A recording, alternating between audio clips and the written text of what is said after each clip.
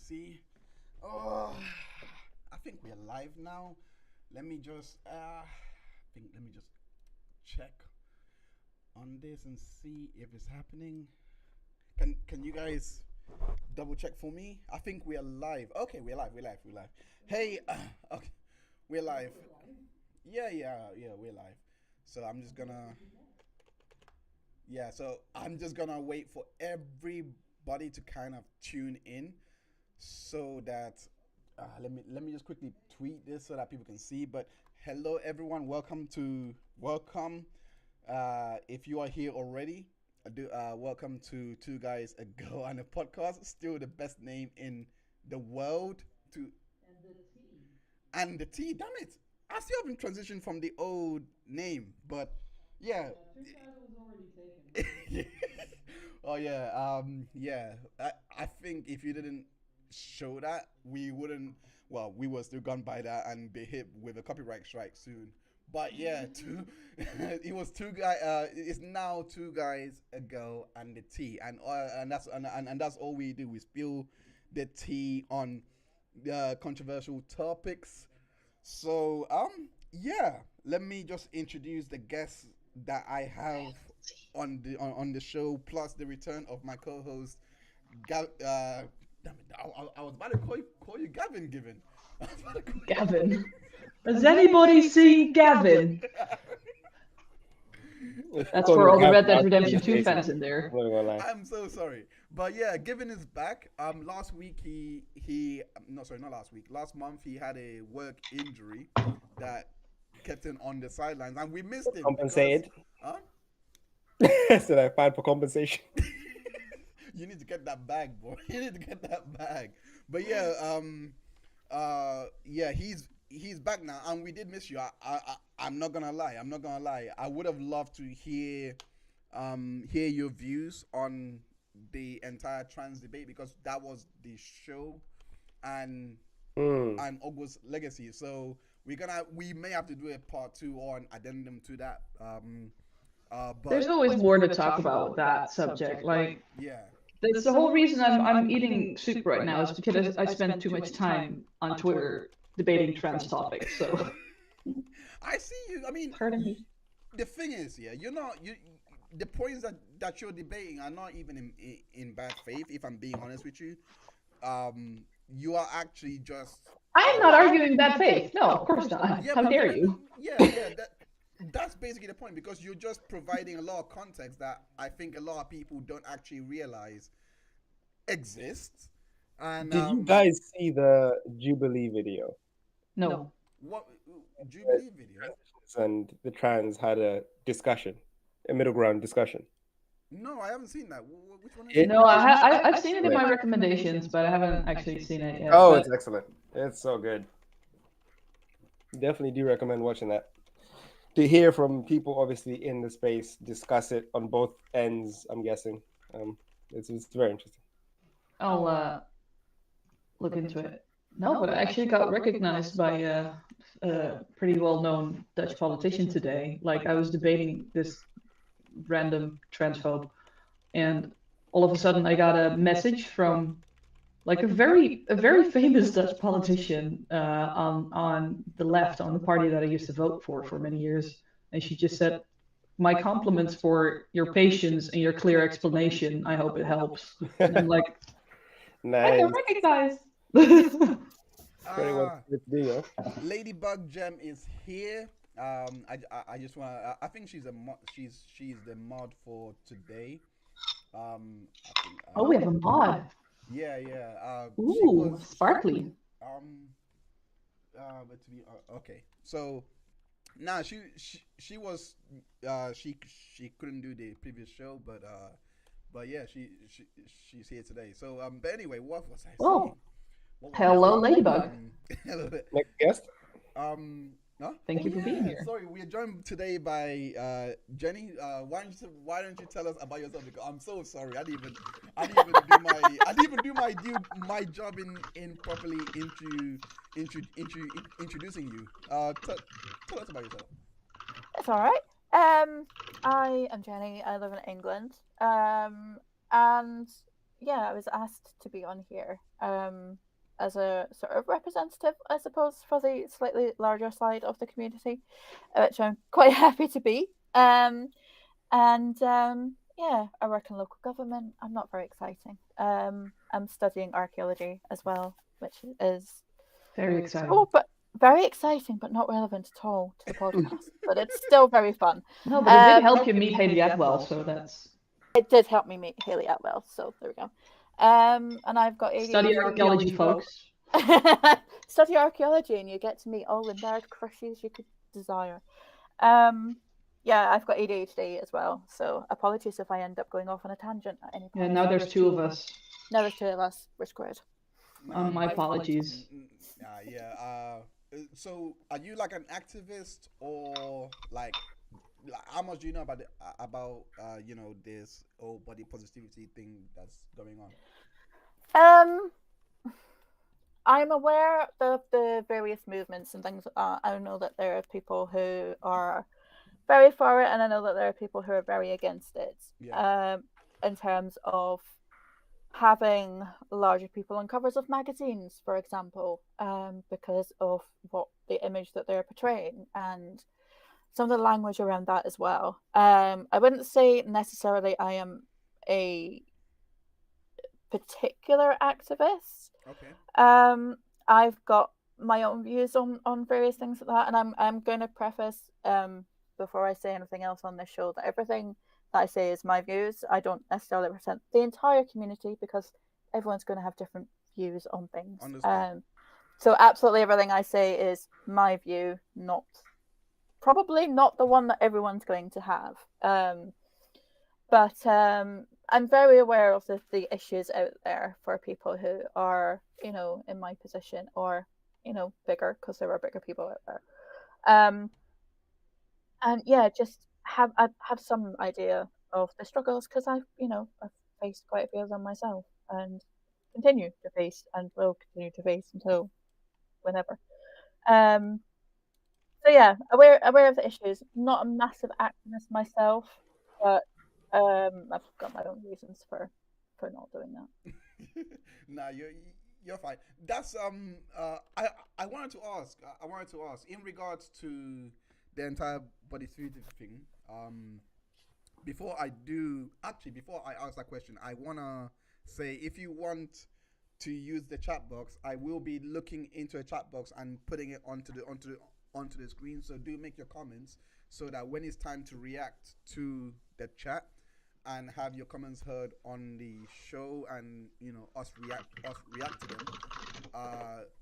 let us know in the chat. You utilize the chat so that we can kind of get a feedback loop going, if that's the right word to even use. Over here. But yeah. Or over there, depending on if you've got theater mode or not. What was I gonna say? Yeah, so you mentioned body positivity and its representation. Before we go into that, I want to ask, how many of you have actually seen The Whale? Have you seen it? I've seen it. And I have not. You have not. I have looked into it, but I haven't seen the movie. I'm sorry, but that slippage. Stacy, you need to relax. I'm joking. Stacy, you need to relax. You need to calm down. I'm joking. I'm joking. Put some respect on my name. Okay, put some respect on my name. I ain't gonna say it no more. But yeah, no, I'm not gonna say Anybody no more. see Gavin? Yeah, no, I haven't seen the whole movie. I've seen half the movie, but something came up and I had to dip. But I know how it concludes because I ended up reading the other half before coming on. Well, I mean, in my opinion, I think you really need to watch it and see how it progressed, if I'm being honest, because the ending, and I think Jenny might agree with me here, because I'm not sure how much of Darren Aronofsky's movies you've seen, but I've seen The Fountain. Oh, I've seen several. Oh, The Fountain. I've seen I've seen The Fountain, and that ending is so reminiscent of The Fountain. I was like, that's a throwback that the true fans will actually understand. Like, it was almost like, okay, was everything that I just watched, did that actually happen? or was it something that he was in that moment envisioning his life playing out like that if he was to move on? Because I remember when he said the beach scene when he was talking about it. Oh, by the way, spoiler warning. Oh, damn it! Amateur.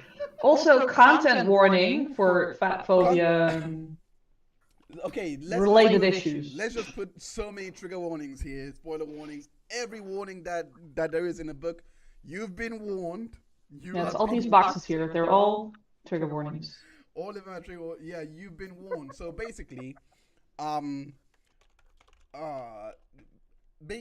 basically from the way it ended, because he was talking about being on the beach, and that's when everything, because that's where he met him.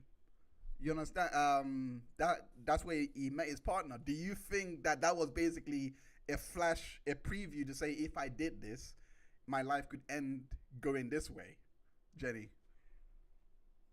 It's a theory of mine, but it's something that Aronofsky would do because he done it in the Fountain. So I was like, this could be a callback to that. Maybe. Black Swan is also a huge mindfuck. Huh? Black Swan is also a huge mindfuck. I haven't actually seen Black Swan. Yeah, I don't think I've ever really thought about it that way. Admittedly, I've only seen the film once, and it was now it feels like a lifetime ago.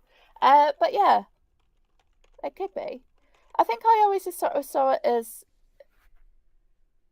that was the last time potentially that he was happy with his daughter.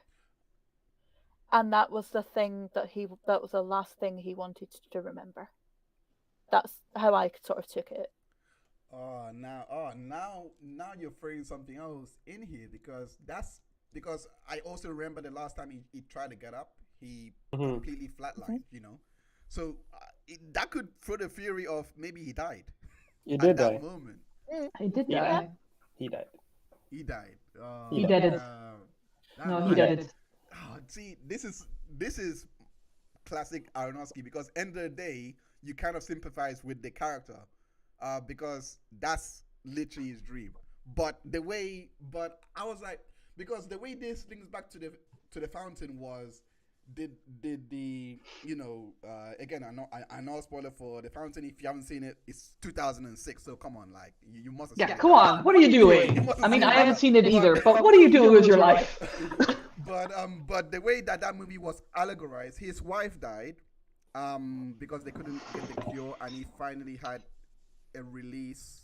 And the way that it panned into the sky, because they were traveling in 3 different dimensions, it suggests that that he has actually moved on. But this one kind of suggests that kind of the same thing, but it's more of he has finally forgiven himself for the damage he has caused to his daughter.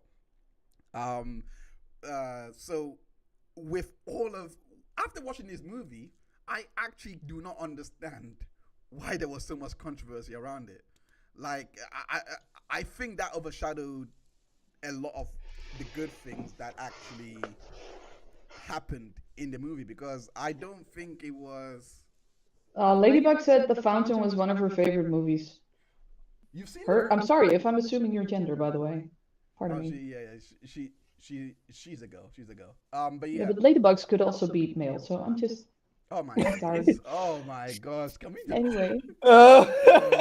No, it's a fact. I shouldn't assume. Anyway, she said it's one of her favorite movies. Oh Lord. But yeah. Oh Lord. But yeah. But I mean, did you look into why there was a controversy around it, or? Yeah, I did. So the controversy was kind of 2 things. One, it was one side saying that it's glorifying, fatness, and we shouldn't really see this on TV, etc. That was the ultra. Exactly. That was the kind of the people that just, in my opinion, they just don't want to see anything positive, even if and I've seen this on But Twitter as was well. it really positive though? No. No, I mean, in the context of the movie and how it developed, I don't think it actually caused any kind of negative stereotypes that could be abound. I mean, if you actually watch the movie for what its substance, for what it objectively is just someone going through a massive tragedy that hasn't dealt with it in the best sort of way.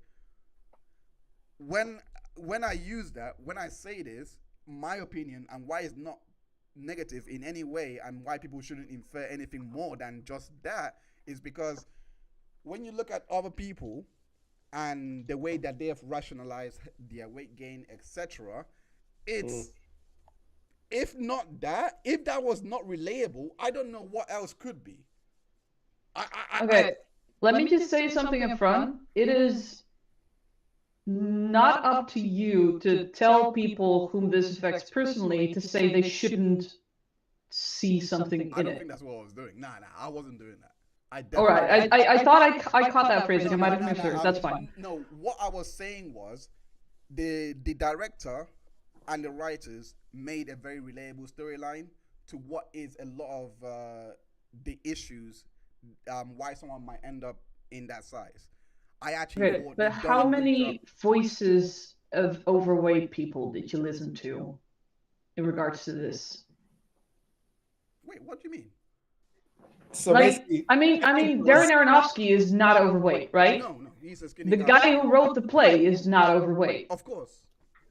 Brendan Fraser is, well, somewhat overweight, but not that overweight. Yeah, he tried to gain weight, but he couldn't get there. Okay. But what I'm trying to say is that the people, like, even if you have the best intentions, something can still be hella harmful. Yeah, but the people that were complaining that are big were not complaining about him being fat. They were complaining about the fat suits. That was it. Like, I haven't seen. No.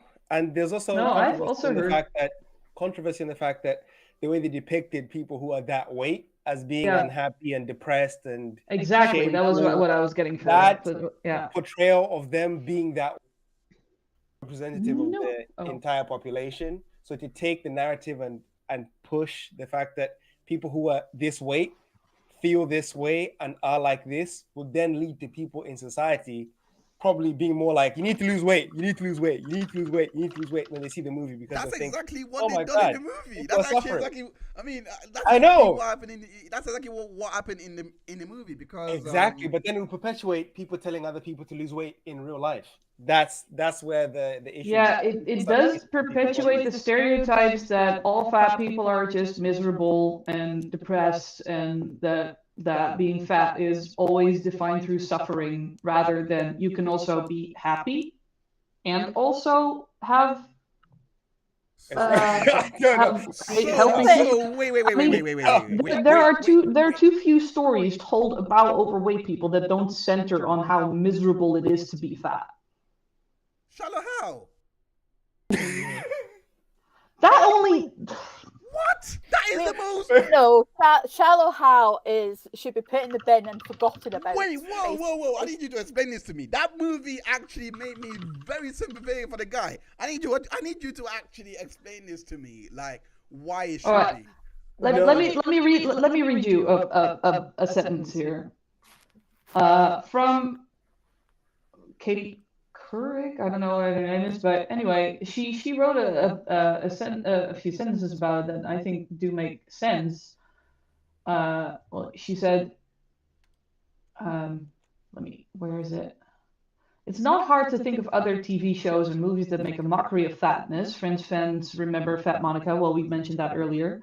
We can't forget about the time supermodel Tyra Banks decided to wear a fat suit on her talk show to see how hard larger people have it, and it's impossible to omit Gwyneth Paltrow's plus-size persona in Shallow Hal, in which fat phobia masquerades as a lesson in tolerance. And she goes on to explain that there are more stories that are kind of masquerading as tolerance, but at the same time also like continually making fun of and using fat people as the punching bag for the jokes. I think, rewedding. Guys, I think this is the problem here. I think there's always humans will always find a way to make things funny that shouldn't be funny. It's just nature. That's what people do. They try to make light of certain things and make fun of certain things to kind of, get through life or whatever. There's people who make fun of like white chicks, the whole white chicks making fun of the Cali girls, the Valley girls, the whole situation was making fun of people who actually live their lives. They may not all be like that, but they're making fun of those people. You see what I'm saying? But all these movies are not made by fat people who are trying to use humor to lighten their own situation. No, they're basically made by people who seem to be laughing at the fact. The whole premise around Shallow Hal is that he doesn't see her as being fat. She sees her as being, thin, right? Yeah. So he's kind of basing his relationship off that, not off. I mean, I kind of get that to a point. It's not about the size, but I kind of feel like it's just such a. Even Gwyneth Paltrow said it was a disaster. Yeah, I mean, but at the same time, she does do Goop, so I don't really trust her judgment anymore. Yeah, it's a bit. It's a bit. I'm not a bit tricky, that one. It's a bit... No. I'm not. Put it this way. What I'm trying to say is, if we understand what storytelling actually is, and we get back to what storytelling actually is, it's a story. Yeah. You have to have a premise to start off with. And then it's what you do with that premise that actually matters, not necessarily where you started from. So, Put it this way. Is the story of the whale a plausible story that could possibly take place in real life?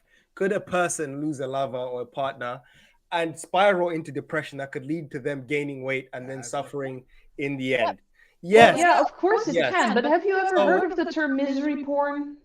Oh, come on. Now we're definitely going to be See, look, put it this way. No, we can't do Merel, this. you kind of have to, like... We can't do this. There's a movie made to show a certain story. That's the story, okay? Yeah. There's other movies that are more happy, positive, happy-go-lucky movies. Matilda. And those are those movies. There's a variety of movies. So for us to sit here and say, oh, it's a misery porn, there's a lot of movies that are misery porn. Some people like watching like movies that are sad and depressing because their lives are probably joyous and happy. So who knows?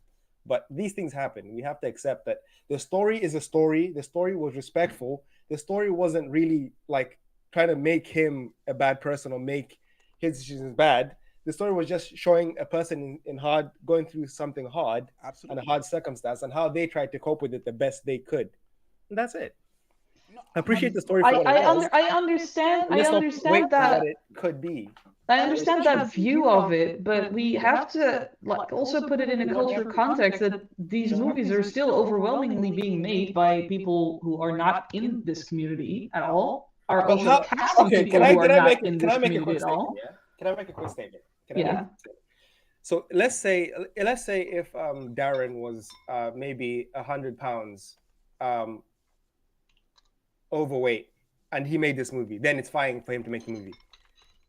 Well, then it wouldn't be fitting as much in the pattern of there's a very consistent pattern of cis white heteronormative people in Hollywood making movies about minorities without including those minorities in making them.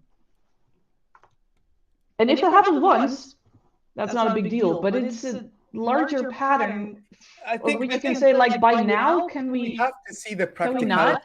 You have to see the practicality of this because there's loads of fat actors. I know there is. Jack Black, there is loads of people who are on the heavier side who are actors and they do it successfully. But at the end of the day, in terms of actual optics and making the movie in the time span given by the production schedule and whatnot, you would need to let's say if Brendan Fraser was actually the weight of the person, for him to actually do the days on set and work that long, it wouldn't be feasible for someone of that weight or someone near that weight. No, but they wouldn't need to be of that weight. But I mean, being of the weight that you actually struggle with these issues, that you can at least understand the character from a lived experience point of view. You don't have to be that overweight.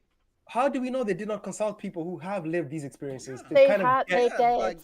I know that Brendan Fraser, before he played the character. He actually worked with I can't remember off the top of my head, but there was an obesity organization in America, and he went and spoke to people there on how to portray the character.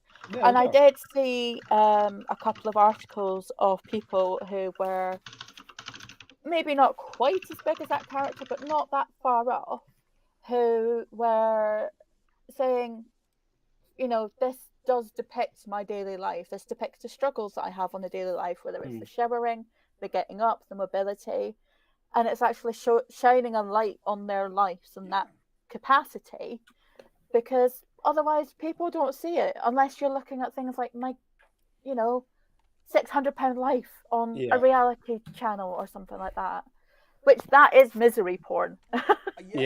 The Obesity Action Coalition.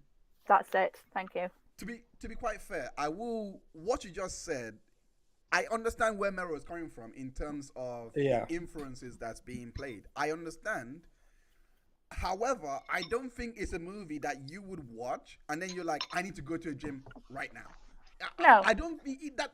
That's what I'm saying. The intention behind it wasn't an advertisement to, you know, advertisement. Advertisement. I don't know. I've got a African accent sometimes when I'm really passionate. I don't know. I get really. I don't know. It comes and goes. But the point I'm saying is, it wasn't an advert for you to go to a gym. Otherwise, you're gonna die like him, etc. The influence, you can pick that up. You can definitely pick that up. But if you watch to the end, you would see actually this is a tragic story in which, let's say you were, and I hope I'm not repeating myself here, but let's say that you did go through something like that, and then you're living that now, and then you die. No, but like no, but that wasn't the same way that we discussed it. He didn't actually put out there that he died. Like that wasn't actually apparent. It was. That's why I was like, this is classic Aronofsky, because I think he does leave it up to interpretation a bit. That's the point, because I think he leaves it up to interpretation because, again, we all understand that there are health risks to being that size. There are complications with being that size, and it's not healthy being that size. For us to sit here and say, oh, you know, would be false and just disingenuous. So the movie does the job it's supposed to do, and it does it well, and is recognized for doing its job and depicting a story which is heartfelt about someone dealing with struggles and coping with them, and maybe in the way, you know, that was comforting to them by eating. But again, what people take from it depends on them. Yeah, I think it kind of gets to a point where the food is more of an addiction more than anything else. He's using it as a crutch, I suppose, for his emotions. And it's because, you know, it's not that he doesn't have people who cares for him. You know, he's got his, you know, partner's sister who cares for him and says, you need to go to hospital, you need to go to hospital. And he was like, no, I don't, I'm fine, I'll be okay. But then at the same time, you've also kind of got them enabling it to a point, because it's like, yeah, okay, I've got you the 2 or whatever it is, meatball subs or whatever, you know, whereas she could sort of withhold that. But to me, I don't necessarily, the weight of the character is a byproduct of the story, of the trauma he's gone through and everything. It's not necessarily as key a component of the story, if that makes sense. Yeah. As it actually is. It's the trauma of losing a loved one. It's the fact that he alienated his family and his daughter. He wants to have that connection.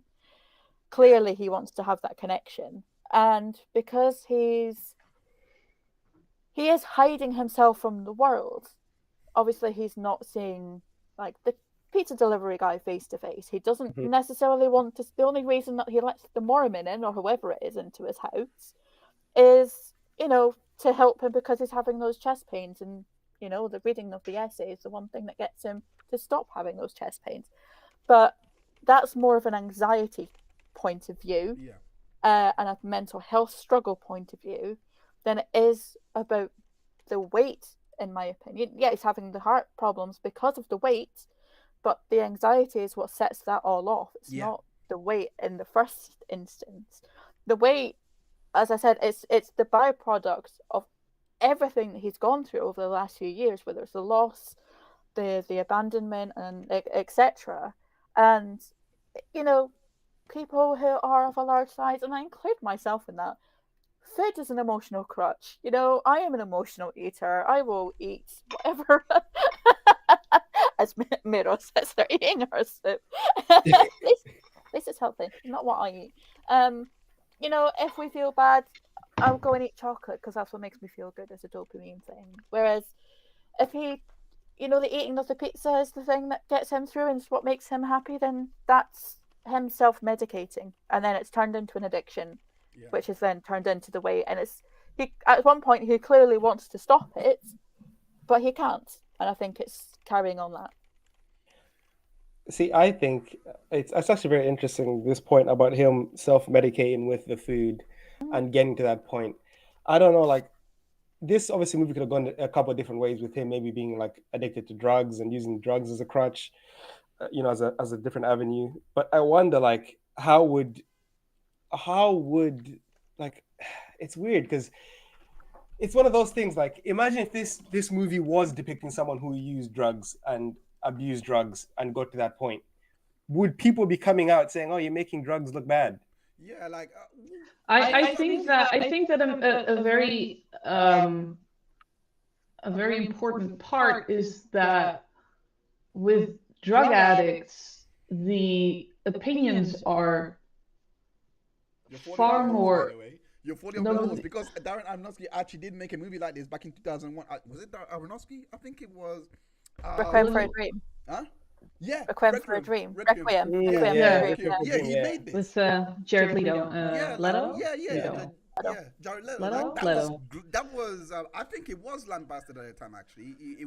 They were like saying you are glorifying drugs, etc., missing the entire premise of the movie. But well, I'm not going to argue that that the whale is in any way glorifying it. Like, that is not an argument that I've heard a lot. No, but like, in terms of I haven't heard it. I haven't heard it a lot. Like, the general tendency that I got from my admittedly somewhat cursory view of looking at what body positivity activists and etc. have been saying about it is that it is in fact just another movie that frames being fat as something miserable and negative, and he is can I please finish?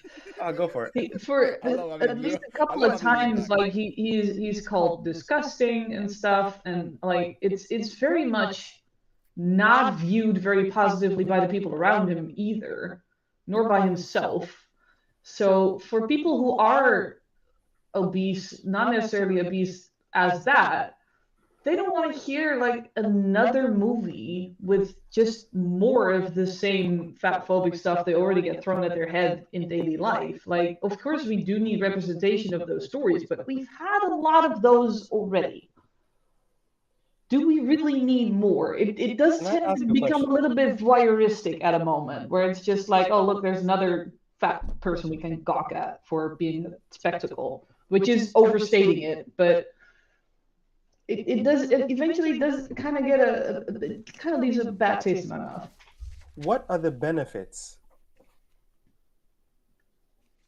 of being at that size, if any? You have self-medicated and soothed through your anxiety. I don't see what the point of your question is. The point is, it's like when the movie, like when people say, we have to come to a point. It's like in terms of like comparing it to like someone who's like a non-problematic drug user. Yeah. If someone watching Requiem for a Dream says, "Oh, they're making drug users look bad," now I'm able to use drugs, recreationally, and not really abuse them. There's obviously people who can, who are at a weight where it's not like overweight, but it's not like unhealthy either. You know what I mean? they're like in the like almost they're above the normal weight, but they're not in any way, shape, or form unhealthy. They still walk, they still do all the normal things that other people do. But there's a point where it becomes like there is no benefit to being this size. And in the whale, I don't think anybody is arguing that there is benefit. So I don't know who you're arguing against. No, I'm not arguing against anyone, but I'm just saying, like, in terms of the movie, it depicting that situation the way it is, what's the benefit? It's hard for like even normal people to obviously, if you're in that situation, you have to make the best of the situation. So you have to obviously have a positive outlook on life. But there are no positives to being at that size. So if this movie helps someone realize that they're going down a path that could lead them to that position, where they're in his position where they can't leave their house, and it helps someone realize, oh snap, maybe I'm doing the same thing he's doing, self-medicating, and might help them steer their life into a more positive direction by actually dealing with the problems they have at hand. But they already know. They don't need to be told again. No. This is the thing. Sometimes people need to see something again to realize, you know what? I know they know why they're doing something, but it takes a certain amount of pressure for them to realize, oh snap, I am fucking myself up here. Sometimes this same thing happens with drug users. They go into rehab, they come out, they relapse, they go in, but there's a moment at which they realize, oh snap, this is fucking me up, and they decide to change. I will add to. But I mean, overweight people do get reminded of that a lot. Like they only have to walk into a doctor's office, and the doctor's gonna say, "Oh, you need to lose weight." Like it's not. Well, drug users can do it like surreptitiously that no one really notices, so they might benefit more from seeing a movie that addresses it, while fat people, they get bombarded with it like all the fucking time. It's true. From a personal perspective, I went to the doctor's earlier today with what's turned out to be something pressing on a nerve in my elbow, and genuinely thought that when I got in there, the first thing they were going to say to me was, lose weight, off you go. Which they didn't, fortunately. He was a lovely doctor. But being of a certain size, that ends up being a concern. There are so many people who have been misdiagnosed because they've been told to go and lose weight instead of having the actual symptoms treated and things like that. It's, you know, just because there are big people in the world, and I'm not necessarily saying people as big as Charlie in the movie, because obviously that is a very big size. And that's obviously like. But this is hold on. Let me just chime in right here. But that is Given's point. It's like you guys are actually aware of the actual issue that's actually being played here, because you're like, there is a difference between my big and that big. Like, you are actually pointing that out.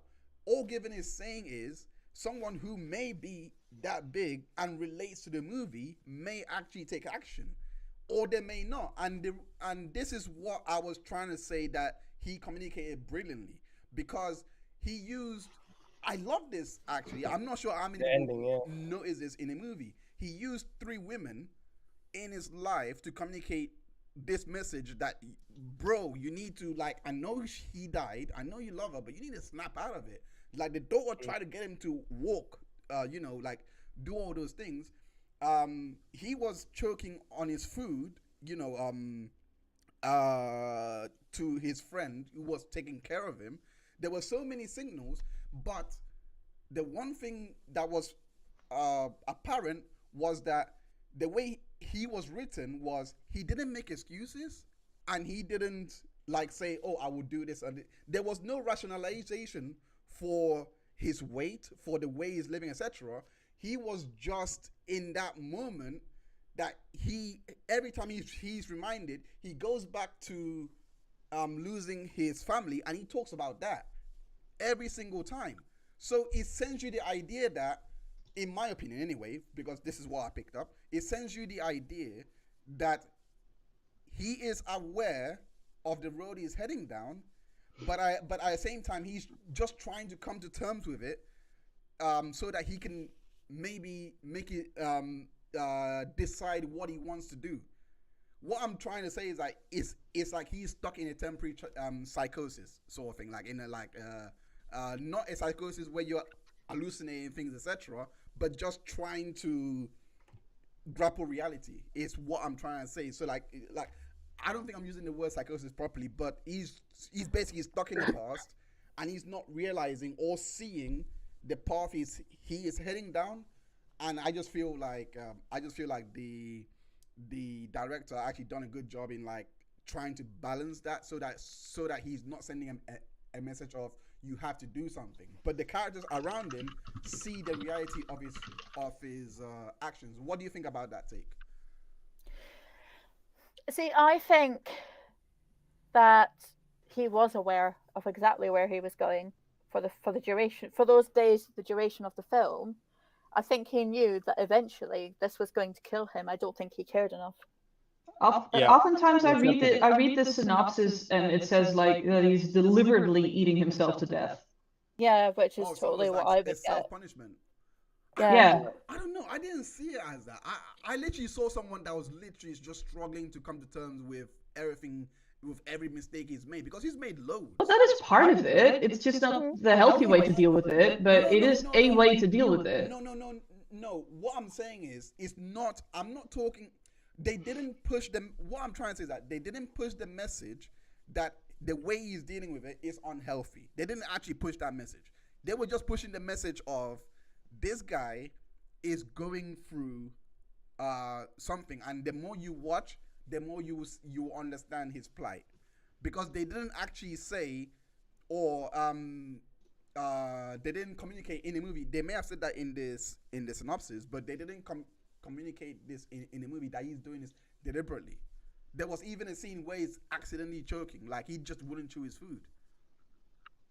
Remember that scene? Well, I don't think it really matters. I think you whether it's in the synopsis or whether it's, evidence, in your face in the film, in terms of eating himself to death, it's not saying specifically he's eating himself to death. That could be read in a couple of different ways. It could just be he's eating himself to death from an outsider's point of view.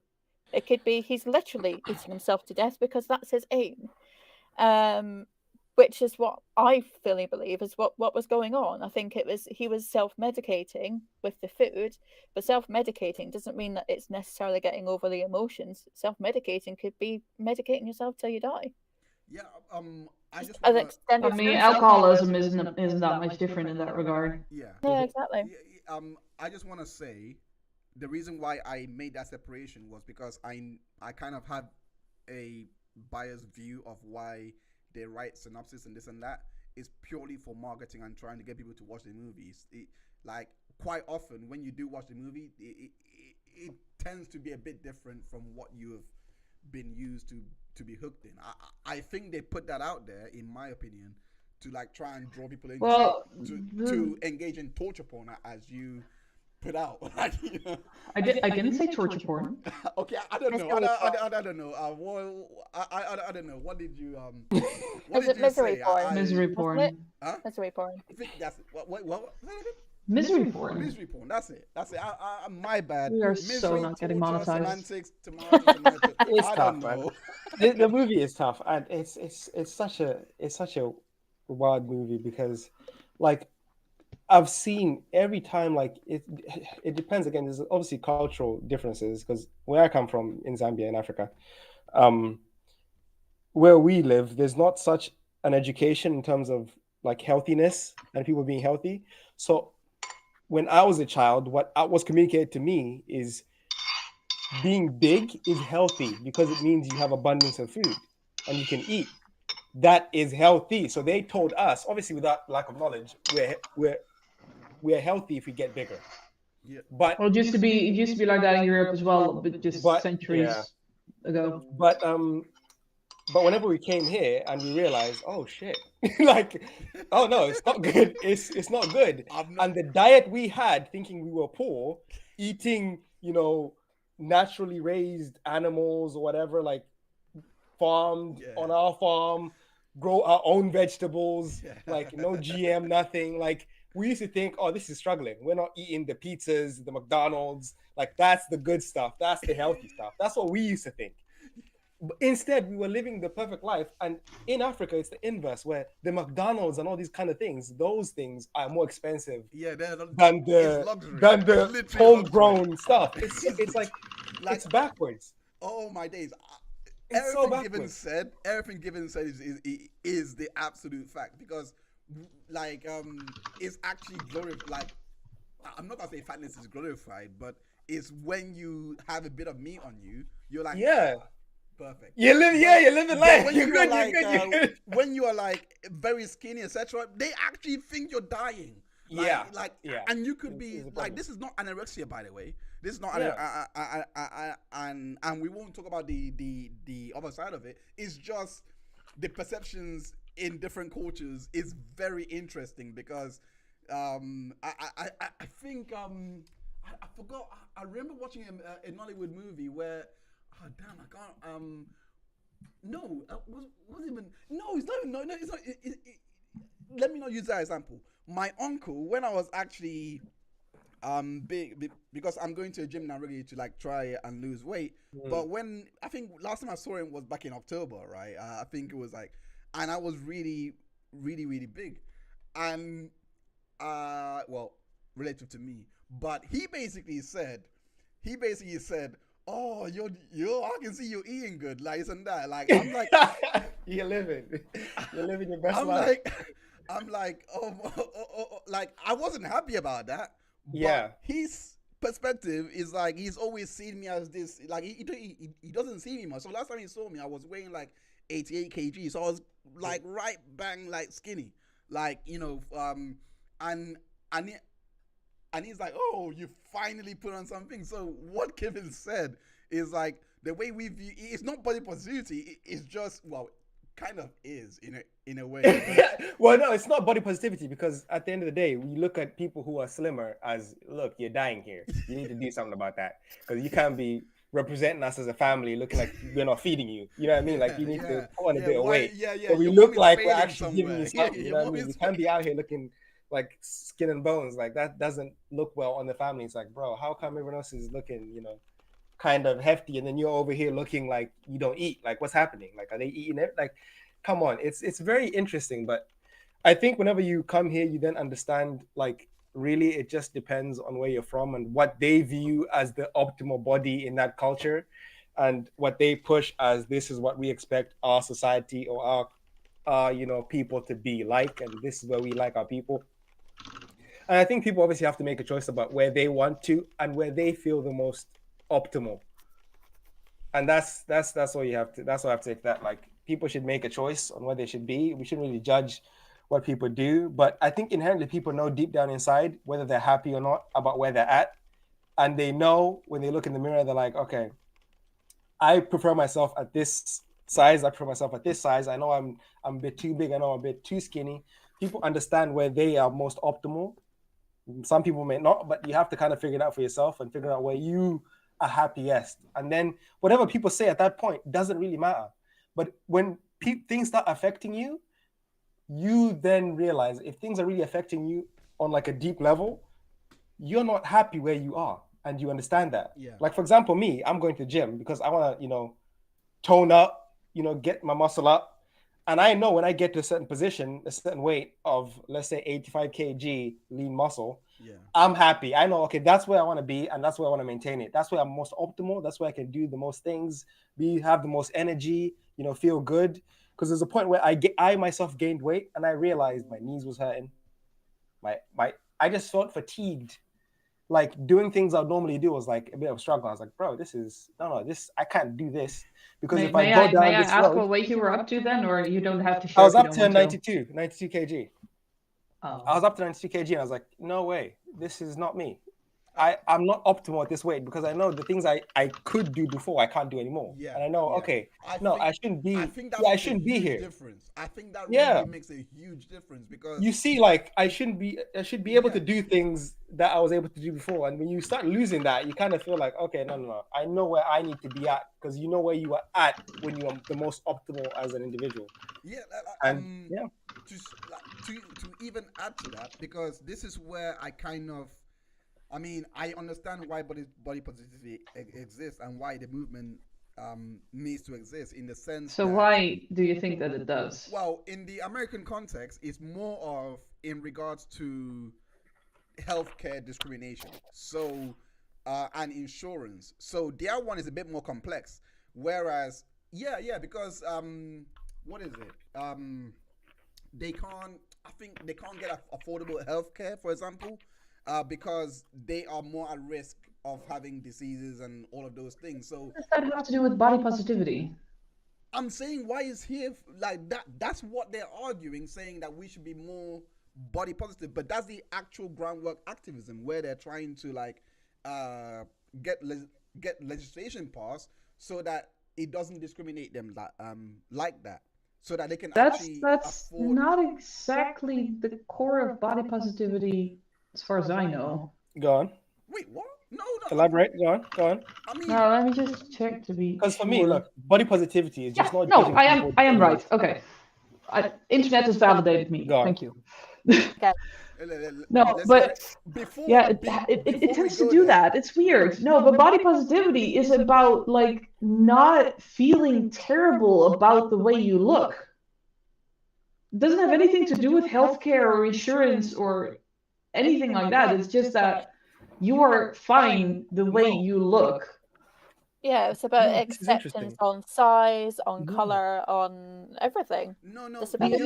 Body positivity refers to the assertion that all people deserve to have a positive body image regardless of how society and popular culture view ideal shape, size, and appearance. Oh yeah. You should have a positive image of yourself. But again, this is I think that's what body positivity is. But that's not the groundwork of look. Whenever I talk. Maybe you are talking about something that is not called body positivity, because what you're talking about is still happening. It's just not called that. No. Basically, when I brought that in, I was bringing in a myriad of examples that they use to say that body positivity is needed because of the discrimination that society puts on big people. Do you understand where I'm coming from in a way? Yeah, I understand that. So I'm not saying what the overall message of body positivity is, but I personally don't think it's as simple as that. It's like what the people I spoke to and the research I've done is communicating is far different from just accept me for the way I am. It's more of, look, listen, the way we are being portrayed in the media is one thing, but we have a bigger problem where we're paying different healthcare prices. Well, in the American context, of course, where we're paying different healthcare prices to a standard person because of her weight, which we could not control in one way or the other, depending on whatever illnesses that we have. I'm saying this is the context to some of that discussions where we hear things like, oh, I can't control my weight, so therefore, but the point is, because people don't know that context, and this was the kind of point I was trying to get to, because people don't know that context, they latch onto the message of I can't control my weight and use that to limit themselves, rather than actually see, no, they are talking about this because medically they're being discriminated, like insurance-wise, etc. Am I making sense in any way? No.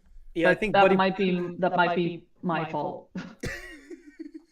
I think in terms of body positivity, I think people should be obviously happy with where they're at, happy with their body and what they have. Appreciate your body.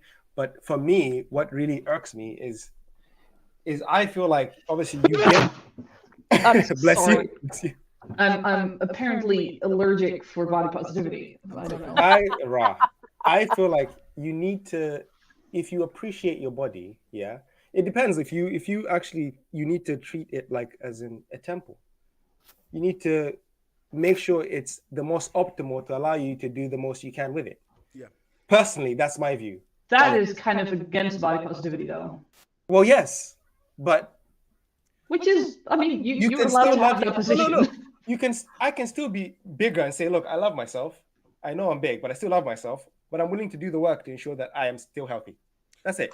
I will say this though. I will say this. Going back to the reminiscing on the point that I was made earlier, that I said earlier. Well, I just blurted it out.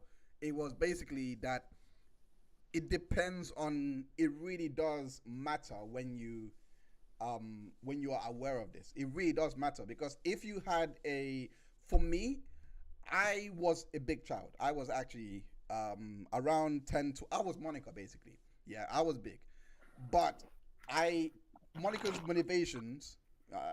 I'm sorry for using friends, but Monica's motivations for losing her weight was not my motivations. My motivations was you were not in love with Chandler. No. No. You didn't desperately want to get boinked. My motivation. Well, I mean, I was 16 when I lost the weight. I kind of missed the window of getting boinked.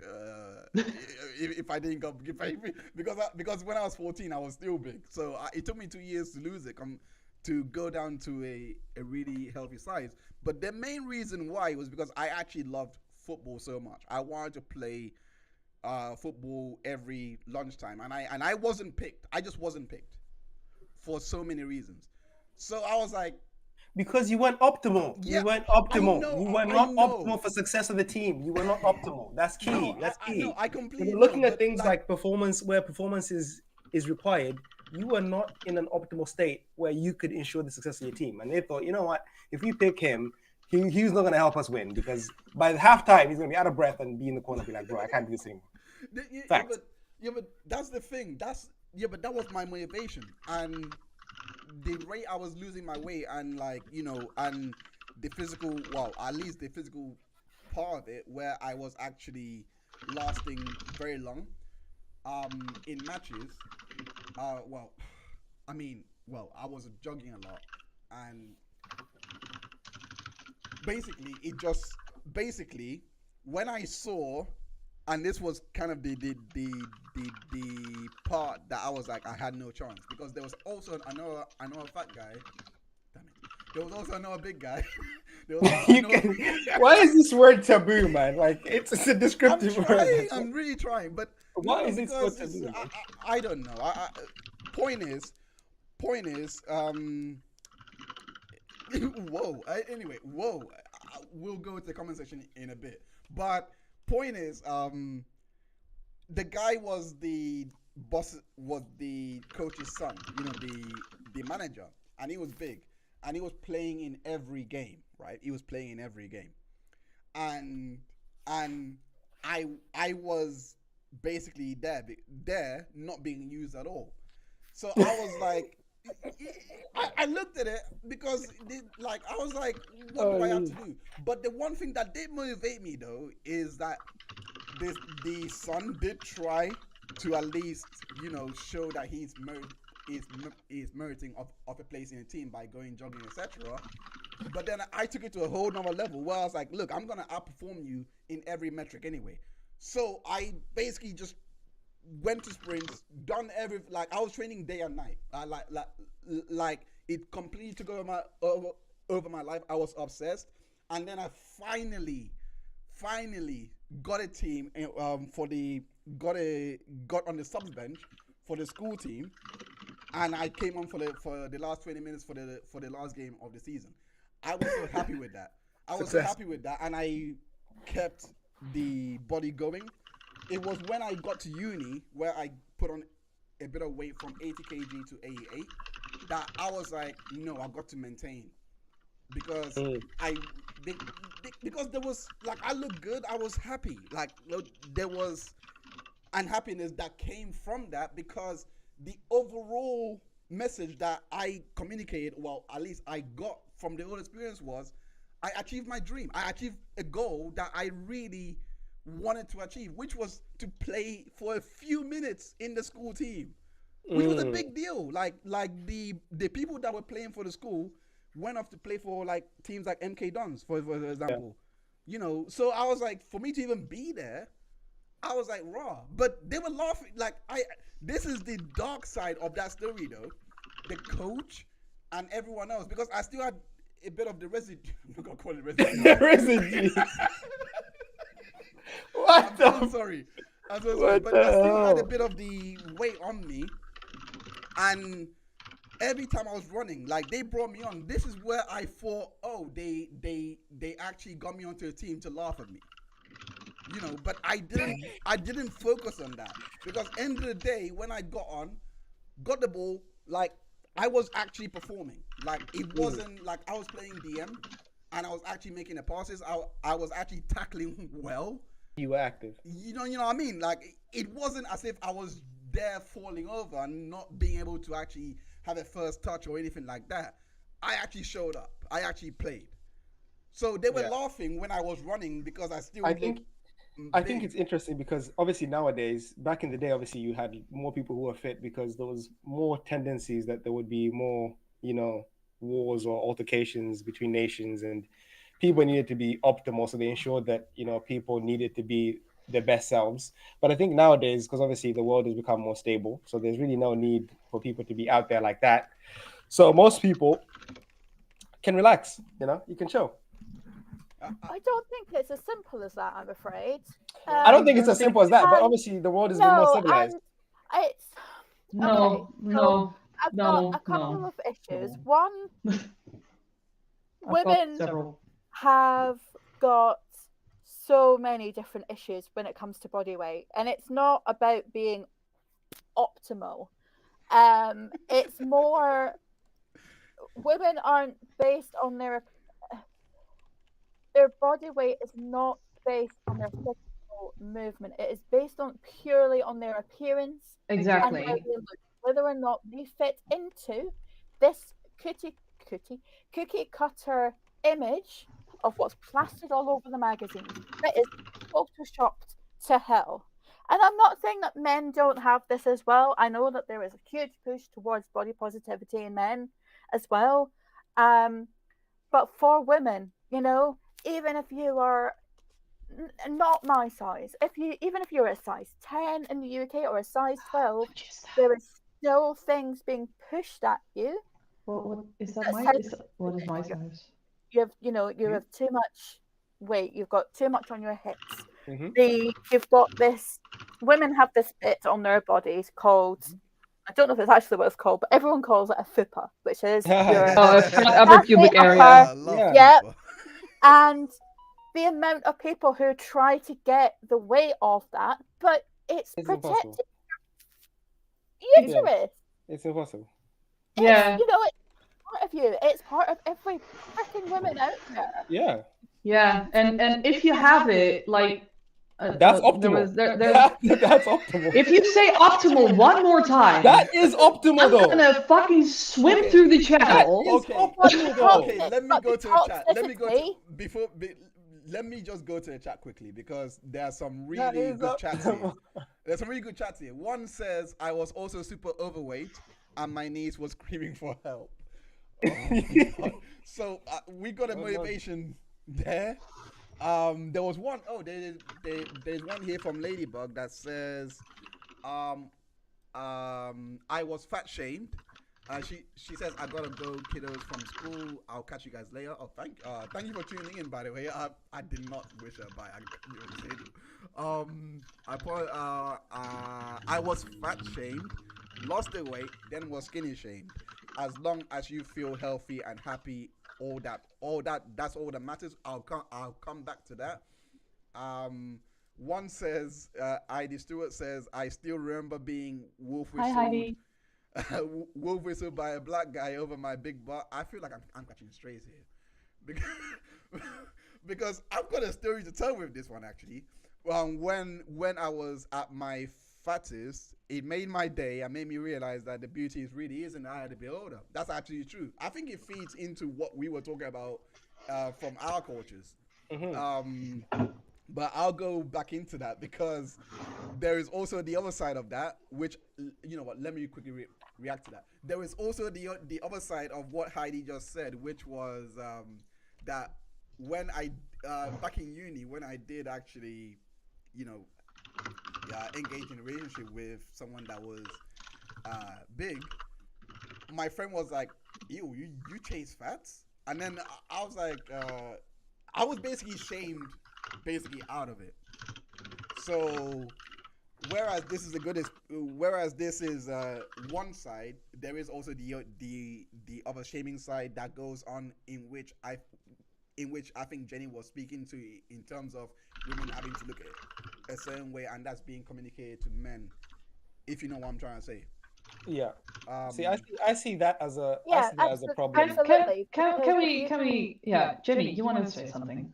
Yeah. So if women are supposed to be by all advertising standards, by all magazine standards, by Hollywood, and freaking porn meant to look a certain way. It's the tiny waist. Even in clothing sizes, like even in clothing size. Don't get me started on clothing sizes, Merel.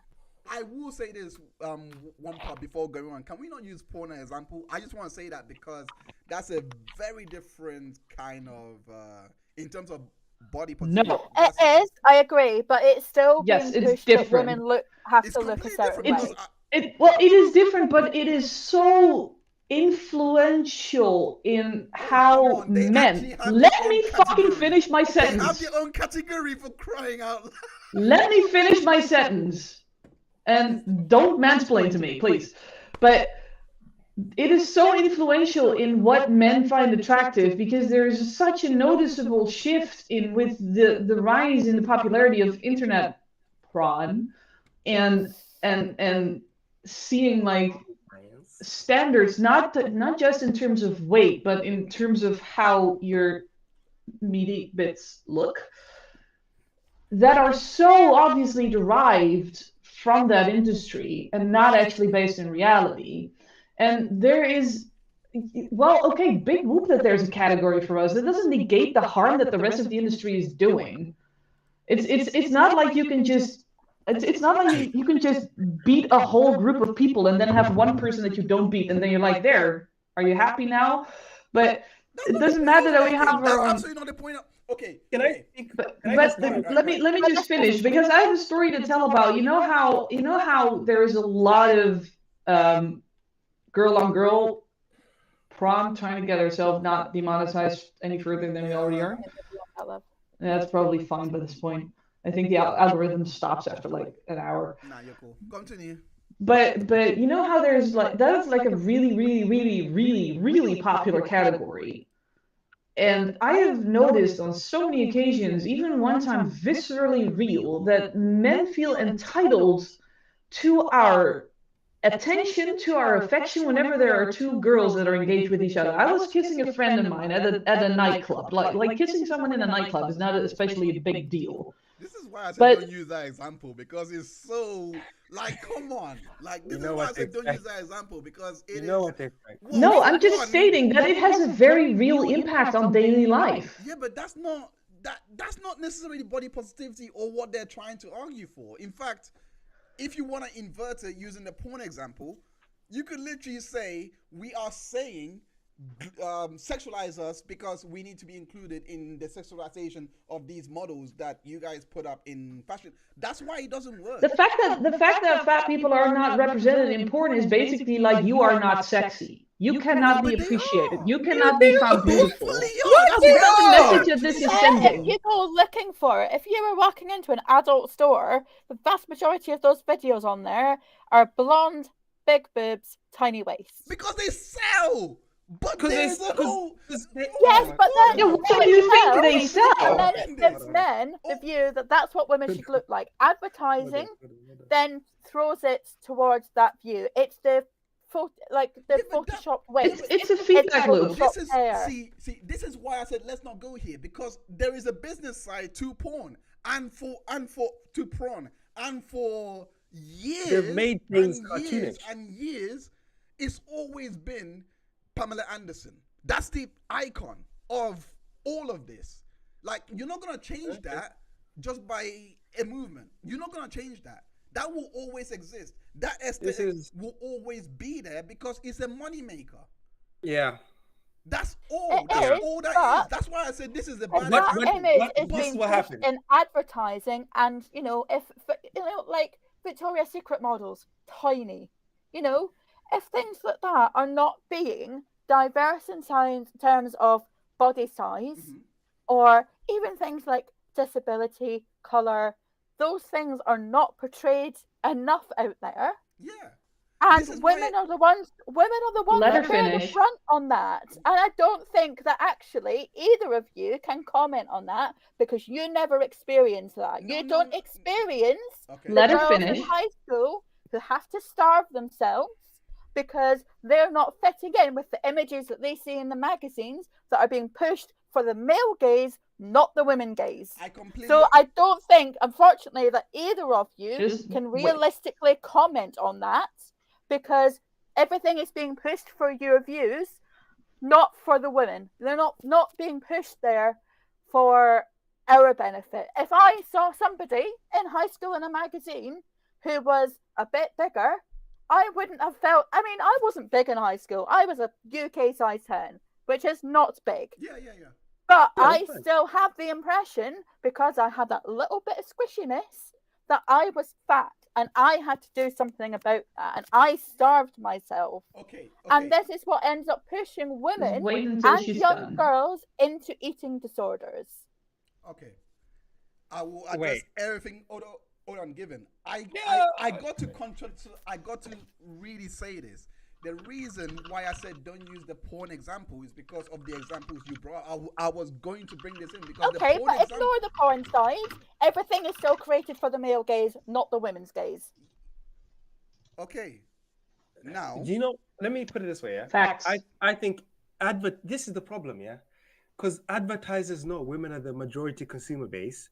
They understand that if they making things to target women is easier to sell because they understand women are more likely to bite on those things. So that's why there's such a push to change the image of women like drastically over the years, because they understand that that's where the money is. All they care about is money. Is there, but they are creating issues. They are creating issues so they can sell products to us that we don't need by creating ideals.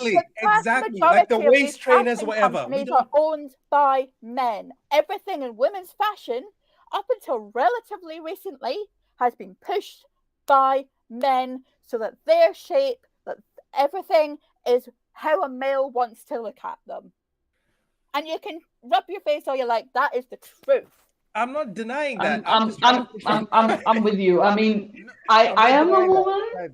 I have lived this. That is the truth. I'm not denying that. What I was trying to say is that advertisers target women, but the majority, again, most men, Sally included, yeah, we don't want the skinny. They actually don't want the skinny.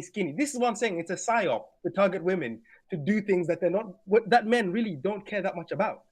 Like if women made a pact between themselves and said, look, we're just all going to be natural and we're all going to be this, men don't have a choice. So it's our fault. No, I'm not saying it's your God. I'm just. But you're basically saying that we should be the ones fixing the problem. Listen. It's a multifaceted equation. I'm saying everybody needs to play a part in trying to resolve the situation. That's what I'm saying. Which is what the advertisers doing that is wrong.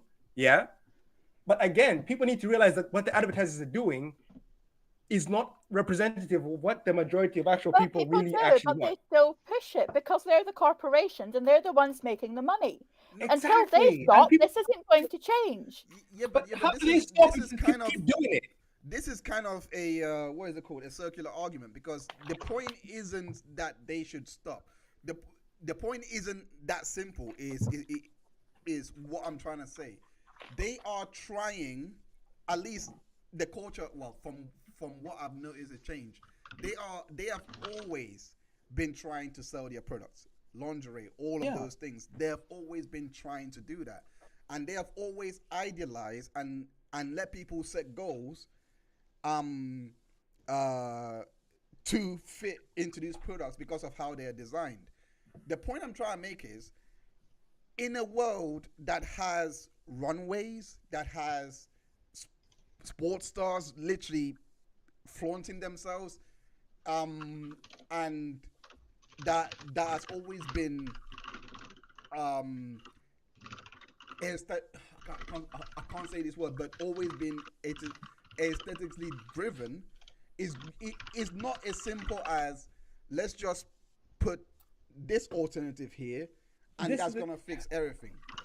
What I'm saying is, at least for me, at least the way I see this, is not necessarily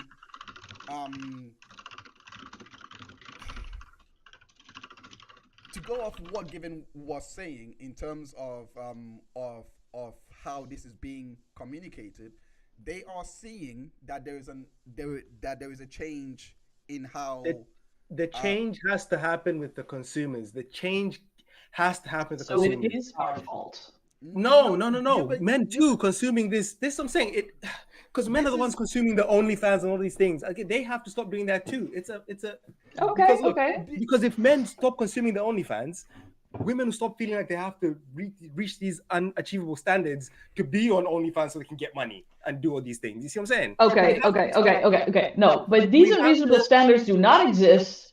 Like we do not try to adhere to these standards so that we can get on OnlyFans to get money. We are trying. No, let me finish. Women are pressured into adhering to these norms just to be accepted in society in general. That is what is happening. That is what I've experienced as a woman. That's what Jenny has experienced as a woman. That's what many people now. We don't have many people watching, but many people who will watch this will likely recognize is just the basic fact that, I mean, when we were 12 and when we were getting body insecurity issues because of those magazines that Jenny was talking about earlier, she wasn't like, oh, I need to slim down so that I can get on OnlyFans and make money. No, like, we were being told by society that our worth was tied to the way we look. You're hearing me, but you're not listening to what I'm saying. I'm saying that the image being perpetuated, it's on two fronts. The men consuming this, and because men are consuming this certain image that is being put out there, the perpetuation, like look at the rise of things like the prawn or whatever, and the way the image, the people look in prawn has kind of changed over time.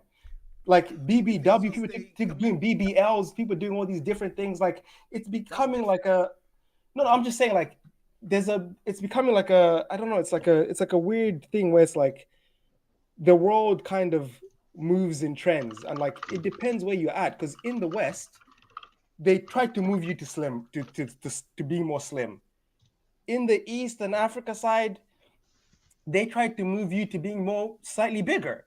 Mm-hmm. So again, it is, no matter where you are, there's going to be people trying to move you a certain way. That's why I always say you have to find what is optimal for you, and we have to teach people that, look, find where you are the happiest and stick with that, because there are going to be people who are going to want to get with you, because what is portrayed out in the media is not what the majority is actually doing or being. So how do you envision that we're going to teach people that while virtually all corporations and Hollywood and everything are still... How do you stop the corporations? You can't. And if people keep giving them money, you can't stop the corporations. Corporations are made up of people.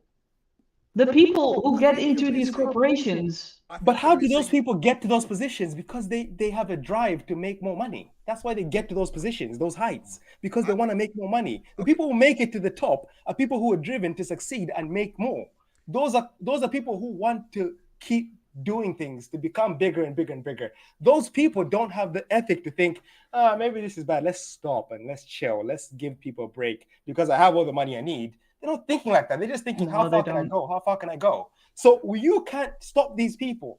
The only people who can stop them is the people who buy the stuff. That's it. There is no other way. I will say this to kind of bring both of your points. I think we are seeing a shift in the movie industry, but the reactions to the shift, I think, is what Jenny and Merel is trying to say, because we are seeing a lot more representation now, mm-hmm. but it's being communicated in a way that seems like they're trying to push something on you unduly. The reason why I say that is because I remember Ghostbusters, right? And the issues around that. So when they brought this was a great idea, but when I listen to the critics criticizing it, they are saying that there is no storyline here that you can go off with. Like you can't relate to these characters. There is no progression in the story. It's like the lore of Ghostbusters of what it was has been destroyed, and all that's done is they have basically just brought in women and given representation just for the sake of it, just so you can see this. It's However, performative. the media reports that as they hate you. They don't want you to be represented in media, and they don't want this change to happen. When really and truly is, when you watch the movie, you're not gonna go back to it. It's pretty forgettable. But the original Ghostbusters, you are. The point is, well, at least the point I'm trying to make is, they're not selling their message well, because I think if they were to actually craft the story that they crafted in Ghostbusters 1980, I think it was called 19 long ago. I believe so. If they were trying to craft the story that was being told there, it would have had a similar success. I'm not going to say it would have been the best grossing movie of all time, etc. But I'm saying, looking at the movie objectively, they didn't do themselves any favors story-wise, and it just seemed like a pandering thing to try and say, oh look, we are inclusive. Oh look, like someone from a business background looks at that, and I'm like, you guys are just trying to get money. That's the way I see exactly. it. They should just make original IPs with new stories and tell those. Even with the whole. Yeah, that's the issue when it's only performative inclusivity without actually understanding and without actually understanding the situation and of why the representation matters and how it matters. People often just think, hey, if we just stick a token woman or a token black guy or a token whatever in this, look at Ariel. It is gonna somehow work. And in some cases it does work, but some cases it also just works on accident, and some cases it really doesn't. But I think that in many cases they are. Oh, suddenly flashing lights. But in many cases, they're not actually being sensitive to the minority groups that they're trying to represent. They think if we have this face on the screen, we're good, which is not exactly how it works. Like in the case of Ariel, I don't think it matters that much because her skin color really is not integral to the story whatsoever. Yeah, but and there have been so many. We're not going to talk about race swaps here. It's just wild. Like, what's the point? Let's not talk about race swaps. No, that's fine. That's a whole different kettle of fish. And that's fine. To be quite honest, we would never agree with this one because not even I agree with the change. But that's different. Let's not talk about that. The point there are movies I can't remember. There was a really great recent movie that had that actually had a good message behind it. Oh, flip! It was Before the Whale. I watched it. It was kind of was it Midsummer? It was similar to Midsommar. It was similar. Midsummer was fucked out. Was it Midsommar? No. I can't remember. But there was a what was the character message? that was done a lot of justice. And I can't remember the. I'm sorry, guys. What was the premise? The premise was basically. Damn it! I think it was one of Judd Apatow's comedy. I think it was one of that. I can't remember, but it was a really. Damn it! I'm really blanking. Oh, I'm so sorry. Was it a movie? Was it a series? It was a movie, and was it recently? Was it recently? No, it was 2017, I think. 2016, 2017, before he made the movie with and as a producer, as a writer, No, he was definitely I think directing or producing. I'm not too sure. But Yeah, I think it's one of those. I don't see a lot of directing credits. Let me see. 2017. It says Crashing, 30 for 30, Trainwreck. This is 40. Oh no, that's back too far. May It Last. There's Love, The Zen Diaries of Gary Shandling. None of this. Oh, flip. I can't. I'm trying to help. No. You're fine. Okay. You're fine. But it's basically the premise of, from what I can recollect, and I'm probably not even describing it right, but That's fine. But the premise of the movie was basically, I think she was trying to date and trying to fuck. I'm sorry, man. Someone else take over. I need to really run to anyway.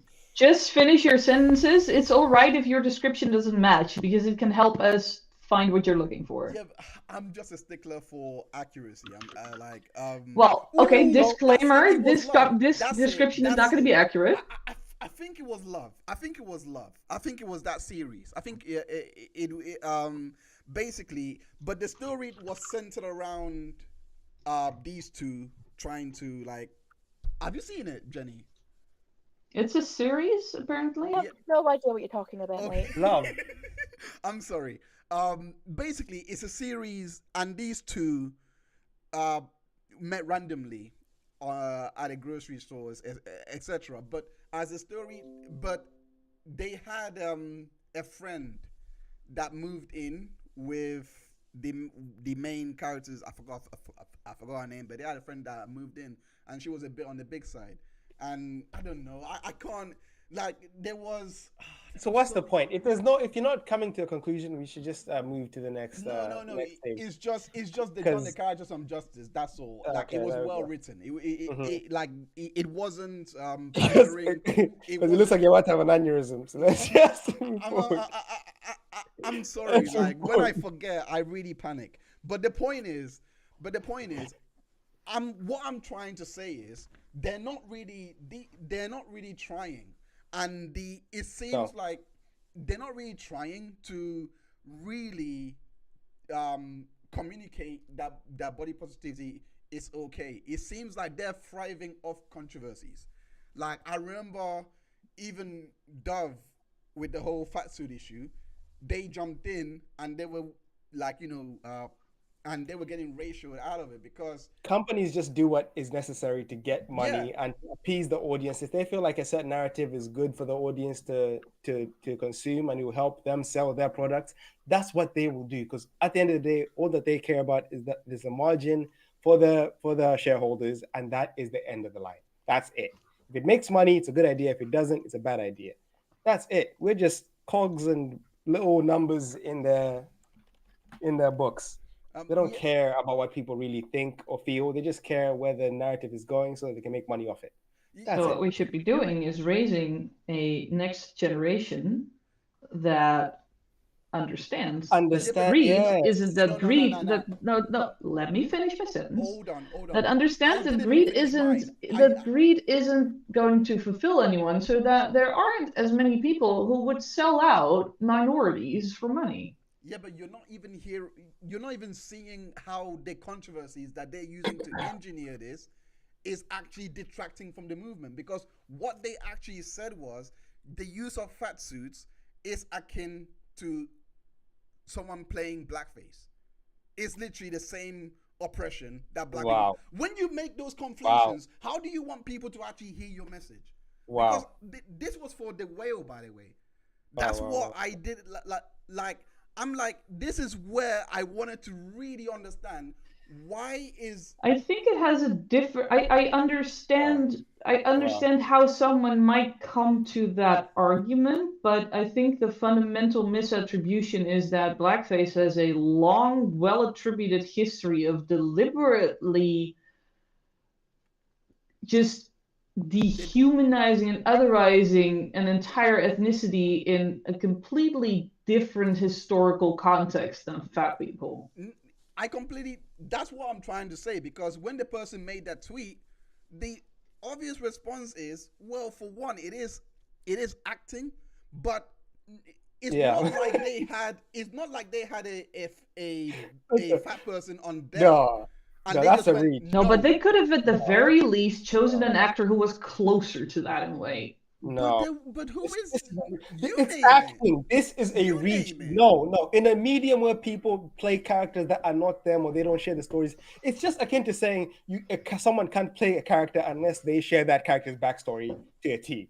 It's just not. No, we can't start doing that. It's just long and convoluted. No, this is the other. But there are so many people that would have been eligible for the job that were just passed by, and it is the same with autistic people. Like there are so many autistic roles that are just not played by autistic people, even though there are tons of autistic actors that could portray it perfectly well while having the lived experience. I am autistic. I have seen enough representations of neurotypical people playing autistic people and then just not getting it because they don't know what it's like, and they can do all the research they want, they still won't know what it's like, and we feel that.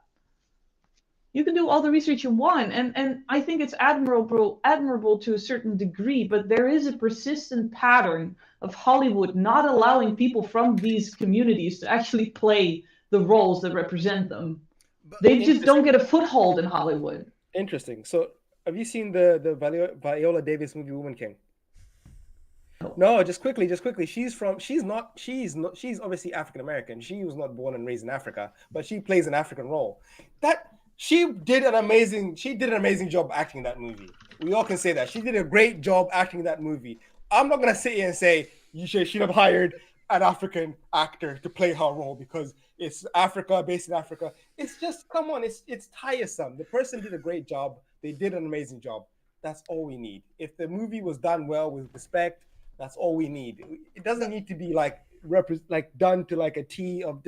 No, but there's a pattern. Again, if it's just a couple of movies, it's fine. But there is such a pervasive pattern all across Hollywood, not just for different ethnicities, but for neurodiverse people, for fat people, for whatever. Like it is too much to still be considered.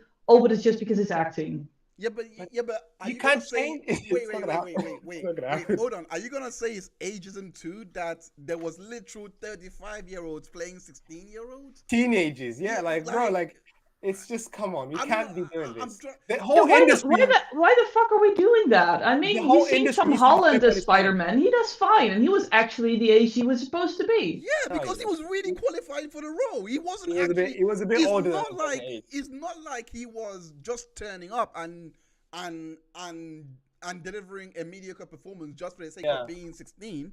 He actually brought something that a lot of the other Spider-Mans didn't actually bring to the table.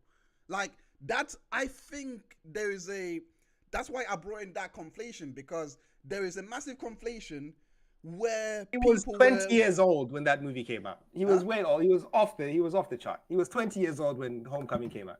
Yeah, but no. But he was. He was 20 playing a kid. But he wasn't 10, 20 years older. He was literally just 5. No, but the movie wasn't him. 15-year-old.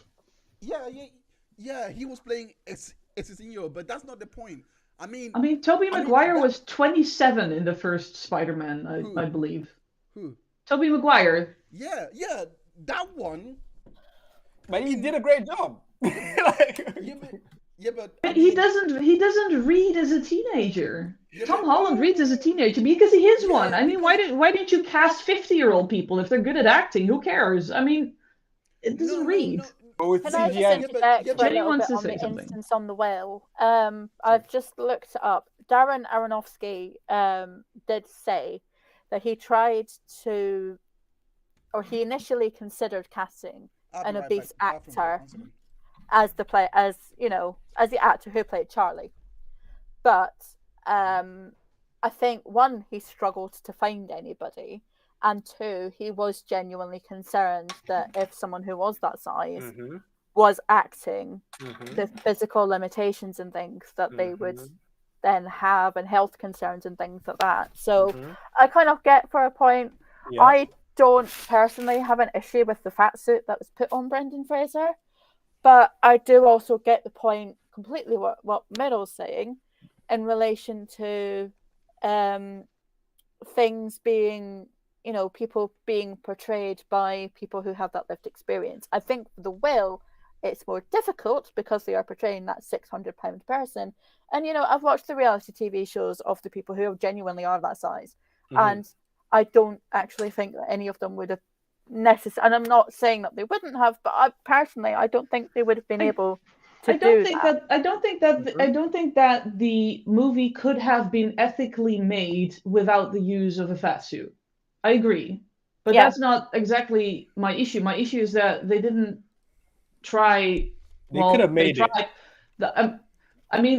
They could have at least cast someone who has the lived experience, even though they're not that fat. Like, at least someone who... But that's why you try to gain more weight to kind of, get in. But just gaining more weight for a movie does not equal having the lived experience of being overweight for a longer period of time. Even if they have the lived experience of being that size, can they portray possibly putting them in that fat suit again would put them in trauma. Yeah. Well, I've got a quote here from what's his name, Daniel Francesi, who is he's on the larger side as well. What? What? I wanted to originally say obese, and I was like, no, he's not that fat. But anyway, depends on your definitions. But anyway, he said he told People magazine that he and other larger gay actors are generally overlooked for the roles, even when they have the direct life experience. He said he was conflicted because he loves Fraser and wants him to have his moment, but the casting choice represents a wider issue. Quote, "To finally have a chance to be in a prestige film that might be award nominated, where stories about people who look like us are being told, that's the dream," Francesi said. So when they go time and time again and cast someone like Brendan Fraser, me and the other big queer guys were like, what the? We can't take it. That's the quote. Question. So, yeah. Since the director obviously has a vision for how this movie goes and he wants to elicit some type of emotion, if the people watching the actor who has that lived experience trying to obviously portray that, and it doesn't, give the same emotional response as someone who hasn't had the lived experience but can portray that emotion better, the director is going to choose what is optimal for his project so it can be the best product he can put out there. That word optimal. Yes. But I am not convinced that there are no overweight actors who could have also portrayed that role and elicited that emotional response. But no one performance is the same. So for the director, when he looks at a performance, whatever resonates with him and with the people on that casting, whatever, and the people are going to say, okay, we want you because we resonate most with you. But how long can we keep using that as an excuse before it becomes systematic and we have to say, like, why are these people not being included? Okay, look at it this way. Why wasn't Mike cast? You know Mike and Molly. Why wasn't Mike casted? Why do you assume that I know Mike and Molly? We don't know Mike and Molly. I don't even know that. What's that? You don't know Mike and Molly is a. Jenny, do you know Mike and Molly? I feel like nope. You don't know Mike and Molly. That is the most body positive series there is. Mike and Molly. I've watched it. Yeah, it's really good. Micah like and Molly. It's too big. No, Mike. Just Mike. Not Micah. While you guys are looking for that, I'm gonna go in the comment. Yes, Mike and Molly, yes. Yeah, that's a body positive series. Yes. Absolutely does not ring a bell. Anyway, it includes Melissa McCarthy. You probably know her. That was an amazing.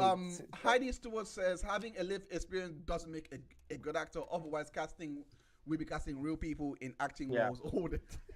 Yeah. No,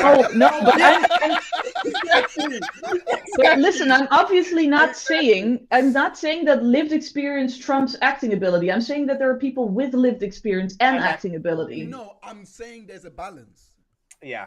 I'm saying there's a balance that we have to respect for the casting directors But currently, it doesn't. The balance doesn't make sense. Currently, it seems like there's a disproportionate skew against lived experience. Yeah, but, See, we're that's why I brought in Mike and Molly. Like, look at Billy. And these people are also not being allowed to even practice. Listen, we're talking from a position where obviously we're not obviously in these casting calls or these rooms, so we can't obviously we can just assume what's happening in there. They could be really having these in-length debates talking about how do we do this so it's respectful and da-da-da. We don't know, but at the end of the day, I feel like it's like whenever it was in Hollywood and minorities, like there's people in their countries making movies and trying to do the best they can, like Africa, Nollywood doing the best they can with what they got. They're not waiting for Hollywood to invite them in and say, now we're gonna make this whole thing. No, you have Spike Lee, those directors who choose to, okay, I'm gonna make black movies because I like black movies.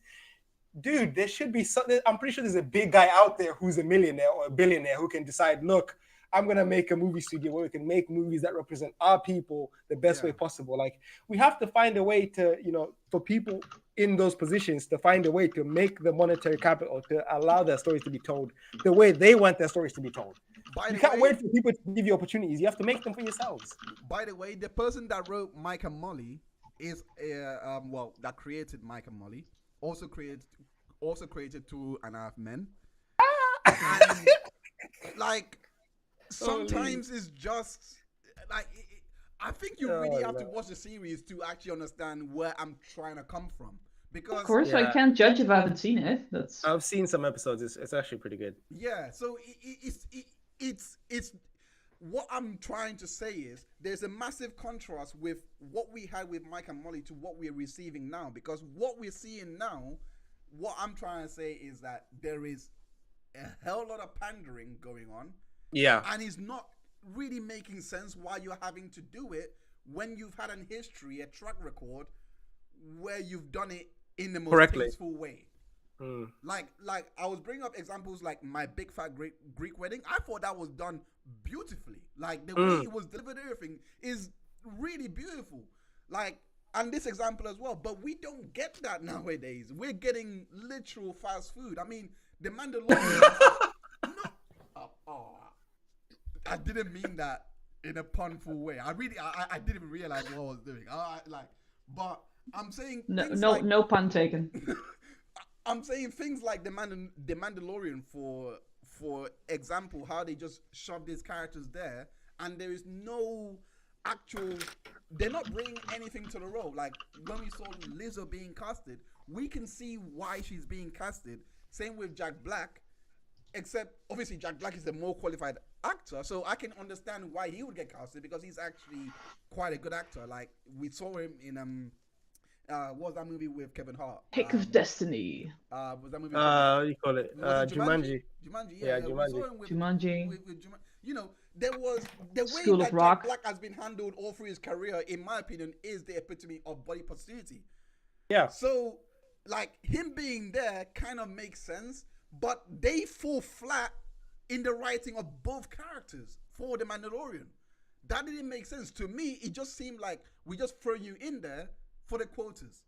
It's literally it just seems like that, and that's where I'm like, it's going too far because I think it's a good. I personally think it's a good first step because now we can calibrate. Now we can. I mean, obviously it's leading to some terrible results here and there, but now we can calibrate and actually like, okay, well, we've been over that hurdle. We're now at least seeing more diverse faces. Now, how do we? Like next step is how do we actually incorporate them properly? You know, while if you're just gonna, if I'm not saying you're saying that, but if someone were to argue that just because these initial attempts at more inclusivity are failing to just then not do it, that doesn't make sense. Like we kind of have to. I'm sure there's a idiom for this in English. In Dutch is door de zure appel heen bijten. It means bite through the sour apple. Like, is that like biting the bullet? Like you kind of have to get through the initial uncomfortable stage. Yeah, bite the bullet. No, you're. I want to say this like so that people understand where I'm coming from. In my opinion, I think we should push the message of you shouldn't put yourself down because you are at this weight, etc. But at the same time, the same way I personally wouldn't glorify over Arnold Schwarzenegger when he was Arnold Schwarzenegger, and the same way I wouldn't glorify over. And you guys are gonna hate this comparison, Zendaya, because because let's be honest, like when you look at both of them, there are two extremes of the same argument. Yeah. Because you can ask questions of why Arnold had to go that far, and you can ask questions why she's so skinny. I personally think Zendaya doesn't have any issues, etc. But I have seen people be like, I'm not gonna there's nothing to really hold, etc. And this goes to no, I've seen it. I'm just saying what I see on Twitter. Like people like Ariana Grande, for like for example, they look at her as a child.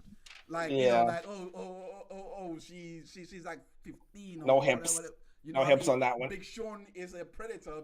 But this woman is like Big Sean's near age, around that age. But the point I'm trying to say is we have extremes in society, and I get the message behind body positivity. I actually do get it because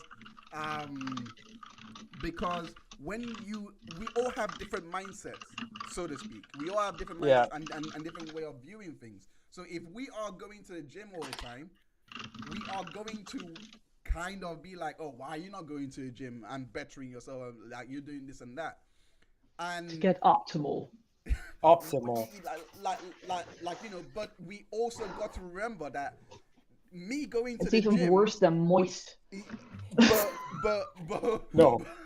We gotta remember that, like, for example, someone like me, I stand the risk of putting all the weight back on that I had and going back to that natural weight that I had, because that's what I literally am, just a few weeks of being off gym for example, compared to someone like, I'm sure you guys don't know him, but my friend Temi, he can avoid gym and do whatever he likes and just doesn't gain weight.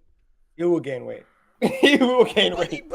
You should have seen my ex. Like I'm 174 meters. Yeah, he works out.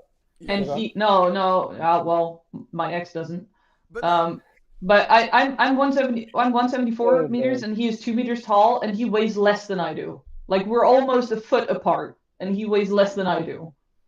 Like he's just a stick, no matter what he eats. Yeah, like everyone's body type is just different. Yeah. This is what I'm trying to reach, because I hear both sides. Which is not a dig at him, by the way. It's just that body type is different. That's a compliment. That's a flipping compliment. Hey, wait, hold on. Why? It's very interesting, yeah. You don't see too much. I don't know if we've spoken about this, but in terms of body positivity, yeah, you don't see the people who are very like on the almost anorexic side being like advocated for. You know what? I will say this. Like, I'm just gonna drop the Joey Swole topic. I'm joking. What do you think about that, Sally? No, but like, I think they are, but it's not anorexia. I think they are being represented. No, it's just the Victoria's Secret models and the runways and the advertisements and on magazines, and they're everywhere. They're being advocated for. No. But just not deliberately. Not those. I'm talking about the ones where you can see like rib cages and like knees and like bones and like it's there. Yeah. Oh. Well, I mean,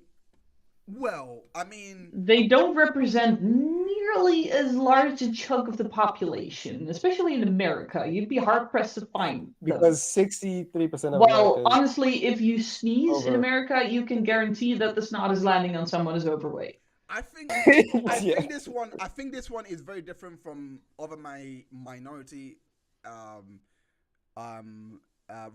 representation, because it's not like obese.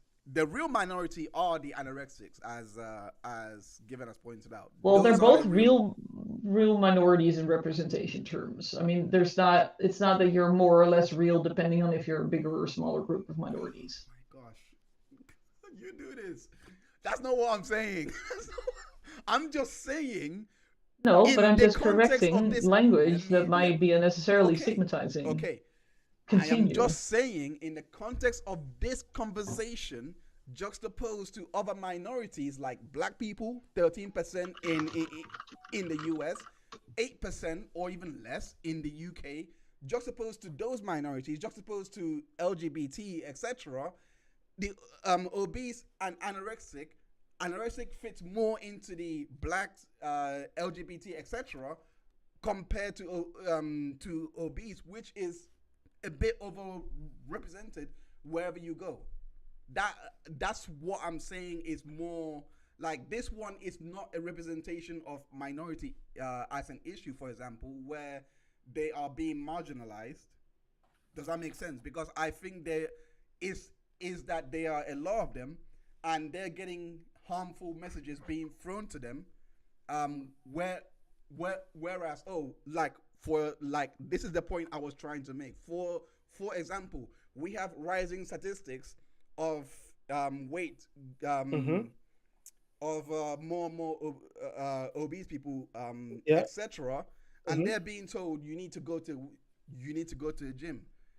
That's a different issue compared to the minority that we face.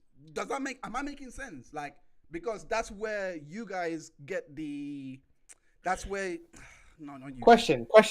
I'm going to derail you here, but question. Okay, thank you. So do we think in school, when kids are in school, they should be taught about obviously the pros and cons, not even the pros and cons, the health risks associated with conditions of being overweight and being underweight, and then everybody makes the decisions on where they want to be, and then people just don't judge them.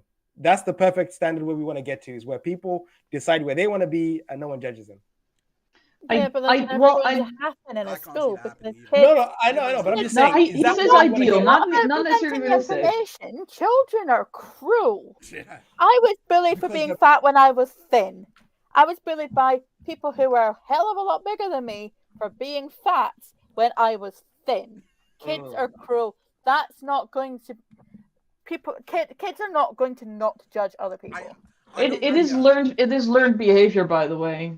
There's no scientific evidence that children under the age of, I think, 3 or something judge people on their appearance or whatever, like their presentation. It is entirely learned behavior because, as you said, in the cultures that you grew up in, you didn't judge fat people the way that we do here. We judge skinny people, yes. It is not intrinsic to someone. It is absolutely learned behavior, so it comes from the parents. There is always a judgment. That's the thing. There's always a judgment. But no. You are missing. I feel like you're missing the nuance of when you hit teenage years. You're practically not in control of what you're talking about and what you're doing and the actions. Not saying that I'm justifying that. I'm saying. What was your puberty like? No, I'm saying you act out more. I'm saying. Boys. I'm saying you literally act out more.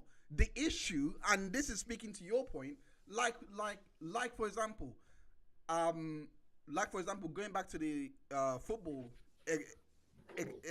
example, I felt like the coach encouraged it, where I was actually getting laughed at for trying to play football, and the coach was actually joining in with the laughing.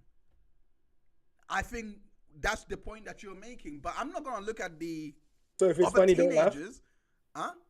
So if it's funny, don't laugh. No, I'm not. Please. No, that's not the point. The point is. This is so funny. This is interesting because it's so nuanced, the topic, because even as a kid, let's say someone says something that is actually genuinely funny, but it's also hurtful, and the other person maybe has a dark sense of humor, and they found it funny, and let's say it was a coach, and they laughed accidentally, they accidentally just they try to hold it in and they play out. No. And then everyone, it's so tough. But that's not what happened. But that's not what happened. No, I'm just saying. I'm just posing the example that coach. I get it, but that's not what happened. What happened was, he basically kept saying, "You're gonna get your chance. You're gonna get your chance. You're gonna get your chance." And when there was nothing really to play for, he threw me in there. And basically, whatever mistake I made, he was laughing from No sideline. way. That's different. That's a completely different from oh, look at that fatso running by Oh my God. you know, by my fellow peers, you know, because I'm not gonna look at the chart at my fellow peers. Like they're both going through adolescent. I mean, obviously in hindsight, but they're both going through what I'm going through. Like they are acting out, etc. That's what I'm saying from hindsight. But for the coach to turn around and be like and laugh at that, like laugh at me just trying to control the ball, etc. That's a bit. I mean, come on, like you gotta see how. I mean, this is where I get Merel's point and Jenny's point, because you gotta see how 100%. how they are encouraging that kind of behavior. Where I'm like, 100%. all I'm trying to do is play football. Like it's not even that damn bad. You're just picking little mistakes that I've made, or me getting barged over, because this actually happened. Like a player barged me over, and the way I fell, it was like, I feel like there's never gonna be a point to which we can, we're never gonna get to a point where we all like are on the same wavelength, essentially, like the whole human race. I don't think it's gonna happen, because intrinsically the way we are built and the way our minds work is we try to judge situations. We always inevitably try to judge things and say, oh, is this situation good? Is this situation bad? Are these people good? Are these people bad? Am I going to be okay here? Am I not going to be okay here? Are these people fun to be with? Do I want to be with them, or do I not want to be with them? Do I have, like, humans make like decisions based on like, it's just one of those things where I feel like because of our free will and our nature, it's going to be hard for us to ever come to a point where we kind of like converge and say, oh, this is how we're all going to conduct ourselves as a society and move forward. Can I ask you a question? And you don't have to answer if you don't want to. No, go on. How much experience do you have personally with things like clinical depression and deep social anxiety and like those kinds of I used to have deep social anxiety myself. Same here.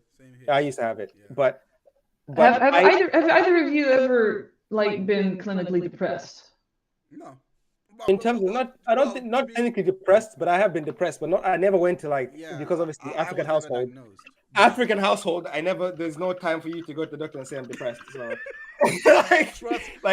trust me, we come from such a nuanced background that a lot of the things that you guys are saying I tell you right now, I never heard the word depression until I came to the UK. I'm like, what? So people are just like privileged information. I'm telling you, it's like privileged information. It's a different life, because when we live, because especially me when I was in Africa, like I was living with my uncle, and he was not very wealthy. He was very live by your means. But I say this all the time. I have never been happier than I was living that basic lifestyle of going to the farming, laughing. Honestly, I don't blame you. Like I actually get anxiety from the actual office buildings opposite side of the street because I fucking hate it. And then when we came here, and I see people with obviously having all these things, but they have all these things. It is material. I'm like, I feel like this is what happens, and this is why I don't wish anyone. I feel like people shouldn't want to be like rich. It's the journey to becoming rich is fun, but if you're born rich, it's kind of rough. I feel like, because things tend to become worthless quickly because you eat at the best restaurants already. Food, your palate is acclimated to that. So if you ever go somewhere else and eat other food, it's kind of like shitty. So everything else you eat is going to be shitty for the rest of your life, unless you go to the top class restaurants. Like living the basic life and enjoying the simple things in life, that's what people should kind of get back to. But it's tough. Over here in the West, people are too focused on, all right. But anyway, to turn it back to the whole body positivity thing, and what you said a couple of times throughout this episode that has kind of peeved me a tad was not just the word optimal. No, but I mean, I get a sense from your phrasing that you're kind of overestimating how easy it is to just make choices. No, I'm not. Because you repeatedly were talking about you decide where you want to be, or you decide you're gonna work to get where there. Like if you've ever been clinically depressed, I know that I've lived through it a lot, and I've gained the weight, so I know. Yeah, to like 90 kilos, like. Yeah, dude. but that's still big. Yeah, but when my resting weight was like 70 kilos, that's like 20 kilos over, bro. Like, no, that's not nice. I used to weigh 17. That is like, with all due respect, I don't want to diminish the struggles that you went to, but with all due respect, that is like that is like nothing compared to what a lot of people with. The difference. No. This is the difference. Because if I didn't make a choice at a certain point, I would have gone to be, bigger and whatnot. I would have gone to be bigger, but I had to. You have to make a choice, and obviously it's hard. But at some point, if you say you have to make a choice, that means that people choose to be morbidly obese. It does not work like that. At some point, you have to make a choice. Merel. No, you cannot. You cannot victim blame like this. Well, you can because you're doing it. But I said you can get to a position, because of pain and whatnot, where you find yourself in a certain position. But once you realize you're in that position, you have to choose what you're gonna do when you realize. If you never realize, then that's unfortunate. But if you get to a point where you realize why you're in a position, or how you got to a certain position, and you have the whereabouts to know, like, okay, there's avenues to fix this, and you don't want to take those steps to fix it. I'm talking about when you have the knowledge of, I'm in this position because of X, I can choose to go face these issues and fix it. When you understand that, and you understand where you are, and you fix it, and you don't fix it, that's my thing. That is exactly what I'm criticizing at that moment, because it is not a lack of knowledge. It's not that people who get obese are like, I'm going to choose to do this, or I'm not choosing to get different. It is just entirely not that easy. No, I'm going to raise my hand because I am clearly the fattest person in this conversation. I am not the heaviest I've ever been. I did actually go up to 19 stone. I have been 10 stone in my life. I don't know what that is in kilograms. Someone wants to 60-ish take that, then by all means. But there are so many things 63 around whether or not I've tried to lose weight. I've got so many things going on in the background. It's not as simple as me going, I need to lose the weight. It's having the time, and I've got the knowledge. I know how to do it, but it's not just snapping my fingers and being able to do it. My ADHD affects it. The fact that I'm caring for my husband who has cancer affects it. The fact that I'm doing a degree, I'm still working full time at home, that all affects it. It's not. I've got to the point where, yes, I do want to make the changes, but I am not actually in a position where I can do that right now. So it's not a choice to not do it. It is just not possible. Okay. And it's not quite as easy as just losing the weight. And this was an experiment that was done in this country by Katie Hopkins, who, her name is like freaking poison in my mouth. I never want to speak her name. But she criticized fat people of being lazy when it came to not losing the weight. It has bugger all to do with me being lazy. It has everything to do with my circumstances and everything else. It is not as simple as, I'm not optimal. I'm going to go to the gym for a while until I get to an optimal weight. Okay. It is not that simple. And just to weigh in there. I mean, I entirely support that. Also, I know Jenny personally, and I've known her for a couple of years. I mean, we haven't actually met in person yet, but not yet. We know each other quite well by this point. I can attest, she is not lazy. There is just so much going on in either of our lives that just prevents us from, no matter how much we want to, no matter how much we are aware that it's a problem. I know that I sit too much. That is hurting my chronic back pain. But I cannot, because if you haven't, it actually is kind of a testament of the privilege that you two have, that you are not aware of how these things can be not a matter of choice. Merel, I understand it. I don't think you do. Merel, honestly, I mean, with all due respect, I like you as a person, but I don't think you do. I think you guys are going way too deep into what I'm saying, and not just. This is the message that you're sending with your words. You are telling us that we are choosing to stay in this situation, and we are not. Let me clarify. If there are things proceeding, like if there are things more important that you have to deal with than that, then that is okay. I'm not saying you shouldn't deal with the things that are pressing in your life. No, I'm saying when you have the time and you don't utilize it for that, that's then the problem. If you that is a tiny minority of people who actually choose to, but you're acting like it's most people. Merel, let me ask half you this question. Half my family is like overweight. I'm not saying it's easy. Half my family is overweight. I'm not saying it's easy. Merel, let me ask you this question: Is 17.5 kg for a 12-year-old healthy? I don't know. I don't even like children. So you don't like me when I was a child? God damn it. I don't even like myself when I was a child. Okay, so but the question still stands: Is 17.5 stones healthy for a child, like a 12-year-old? Oh, stones. You said kilograms. Stones. Sorry, my bad.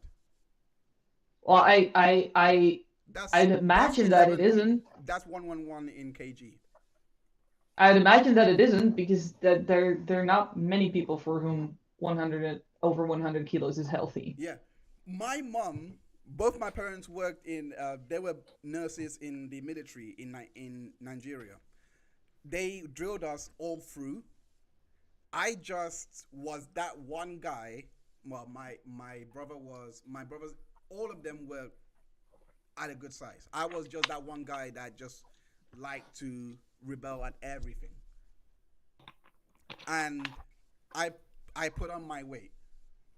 Do you think that even from that background where I'm not from Given's background. My background is everyone's healthy. My mom literally had to stop buying chocolates and white bread. Like, she literally changed our diet because of how big I was getting when we got here. Like, when we got here, it was like a kid going into a candy store, basically. She literally had to like change our diet. Do you think my mom was wrong for doing that to a child? For trying to get you to lose weight? Yes, I didn't make the choice. No. Depends on how, but... She stopped giving me the food. She literally cut my diet. She literally chose my diet for me, basically. The only reason why... I missed what age we were talking about. Okay, I was 12. When I was 14, that's when I started playing football. Because I actually, like, when I was exposed to so many things here that I didn't get to do at home, basically. When I was in Nigeria, I never got to play football in Nigeria. I was a lot more active in Nigeria because I was doing a lot of the house chores. I was helping out my parents get the water. Like, it was a lot different. Yeah. But when I got here, like, lifestyle is just way more sedentary here. Yeah. So it literally flipped over here. Yeah. Yeah. So, yeah, of course, it happens to a lot of people. It's very, very logical. But that's where the weight gain came. That's literally how it came. That it was so drastic that my mom had to be like, look, if everyone else follows, like, I'm trying to really understand, like, because the way I look at the system is kind of like a parent in a way. Like, when they are trying to send these messages, this is where I'm like, I get the one side of the argument, but the other side is like at what point do we actually see that it is a choice in a certain way? At what point? I'd argue for just assuming that in far and away most situations it was not a choice. Just take that as your basic assumption and you're going to be right 99.9% of the time. Nobody chooses to be unhealthily overweight. It's not a thing that happens. Nobody gets overweight on purpose, like, unless in a very, very small amount of fringe cases where there's something going on, you know? Like, and I'm speaking for Western civilization, of course, because I live here. No. I know that I'm not speaking for like African civilizations because I don't know. But at least for here in the West, people don't choose to get obese. We are we are evolutionarily primed to not stop eating, because we never were in a situation while we were evolving where we needed breaks. We didn't need those because there was never so much food around for us to need breaks. And now we do, so we do not have limits, because obviously it's not in our best interests to get obese. Oh. So it's not optimal. It's not optimal. I'm just gonna end this with this. Yeah, at a certain point, if you as an individual, you know, you understand where you're at and you value where you're at, and you value yourself, and you know what you want to do and how you can formulate a plan on how you think you can get there. It might not be today, it might not be tomorrow, it might be in 5 years, but you can formulate a plan to say, okay, this is what I'm going to do. These are the steps I'm going to take, whether it's substituting in certain foods for other foods. Even that isn't that easy.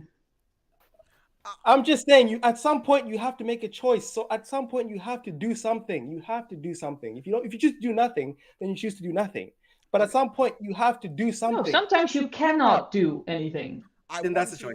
I want to ask. I know that you have the best intentions. Like I'm not criticizing intentions. I know that you mean well. Let me say that very clear. I'm just saying that the words that you're using are sending the message, regardless of whether you intended it or not, is sending the message that people are still lazy in a sense, or are at fault themselves. While I have personally struggled for so many years to finally not feel like a total shit, worthless kind of garbage person, because I'm not addressing those, because I'm not formulating plans and making choices and making decisions and making a 5-year plan for what I can do with this. I have been in the same position. This is what I'm saying. I have been in the same position where I have felt like there's been 2 years where I decided, I just, I couldn't do it. I tried to do it. I thought I'm going to wake up this morning and go to the gym.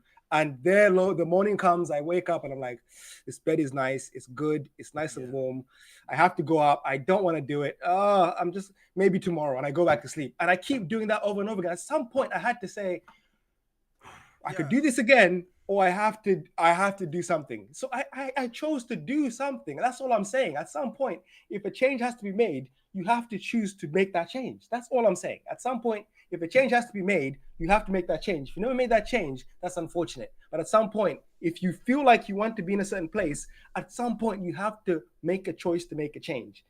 It's unfortunate. It may be hard, or else it may be hard. Merel, what is the context like of have to? Like you have to. What do you mean with you have to or else?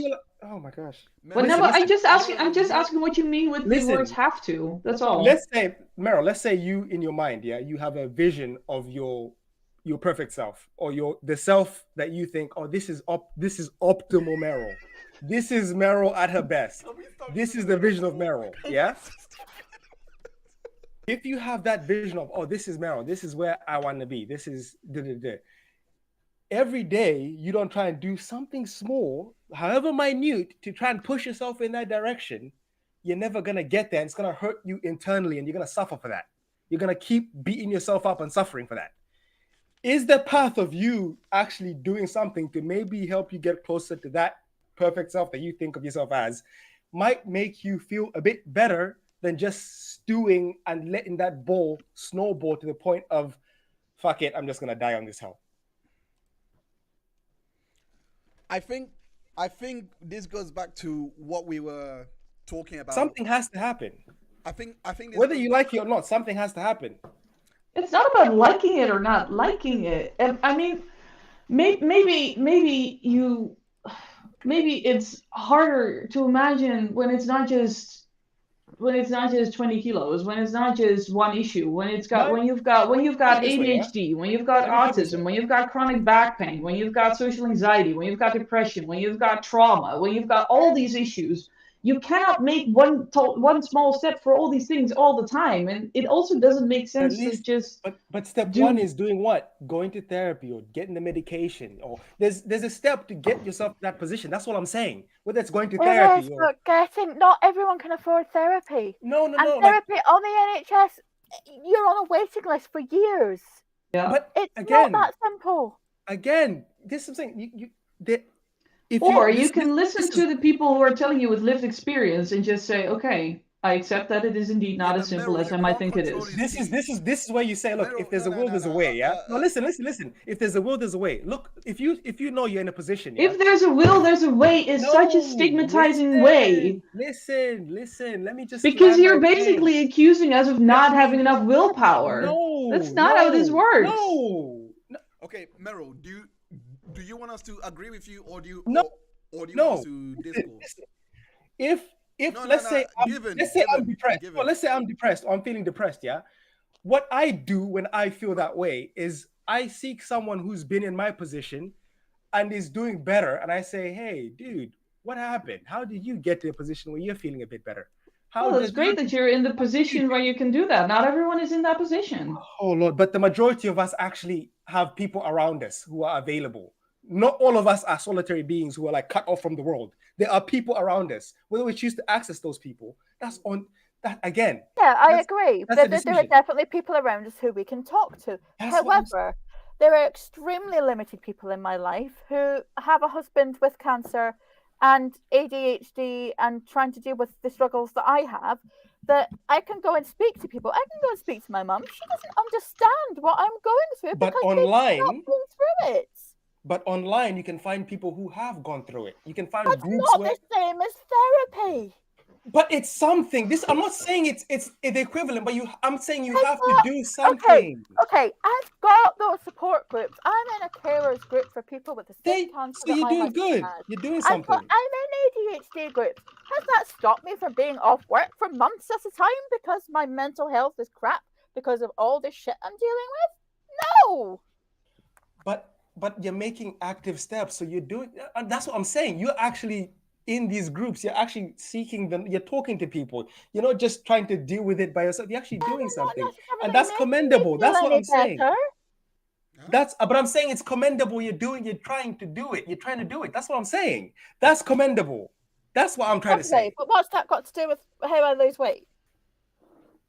I don't think he's talking about losing weight. I think he's just talking about what you want out of your life. Out of your life. I say if this is what I'm saying. This is what I'm saying. Like if you, all I'm talking about is what you see yourself as and what you see yourself as wanting to be. If you want to be something or you see yourself as wanting to be something, I don't know what that is. Whatever that is in everyone's mind could be different.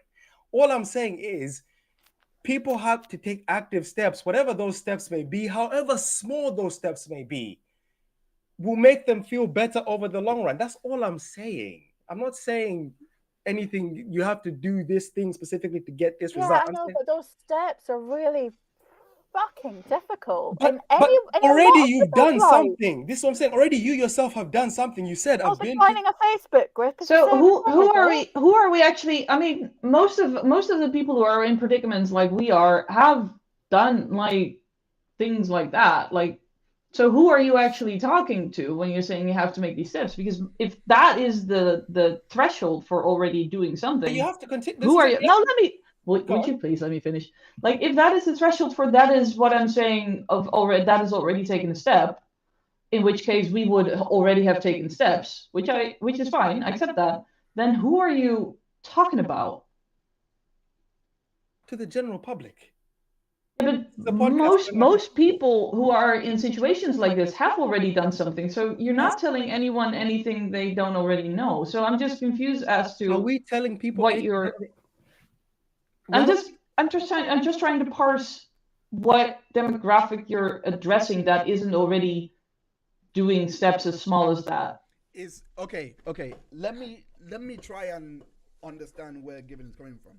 What I feel Given is trying to speak to, or the people that Given are trying to speak to, are the people that don't necessarily want to do, like the people that literally don't want to do or reach this level that they want to reach, and they make excuses for themselves where there are no issues, where there are no like they don't have ADHD, they don't have any illness whatsoever. They just regret. Thank you. They just take your experience. They take my experience. They take other people's experiences of what we are like of those things and attach it to themselves and decide not to do anything. The example that I have of this is there's literally a YouTube channel of two sisters that are big, and all they do is literally make content that they eat and eat and eat, and because of the attention that they're getting that's quite negative, they feed off that, and they continue to do that and do that and do that. They developed health problems as a result of doing this, but they're not in your position where you've literally have problems that are not health related. They don't have those issues, but they feed on the attention, on the negative attention that they get to not make any change in their life. And that's why I brought in, well, that's why I was mentioning earlier in regards to me as a 12-year-old with the size I have. I have no ADHD, no disorders, no nothing, but I was getting myself into a position if my parents didn't step in and do nothing. Like those are the people I feel given is speaking. That's why I said if you have the capacity to, earlier in the beginning when I was talking about at the beginning, I said if you have the available time, and you're not utilizing, that's what I was saying. If you know you can do it and you're just saying no.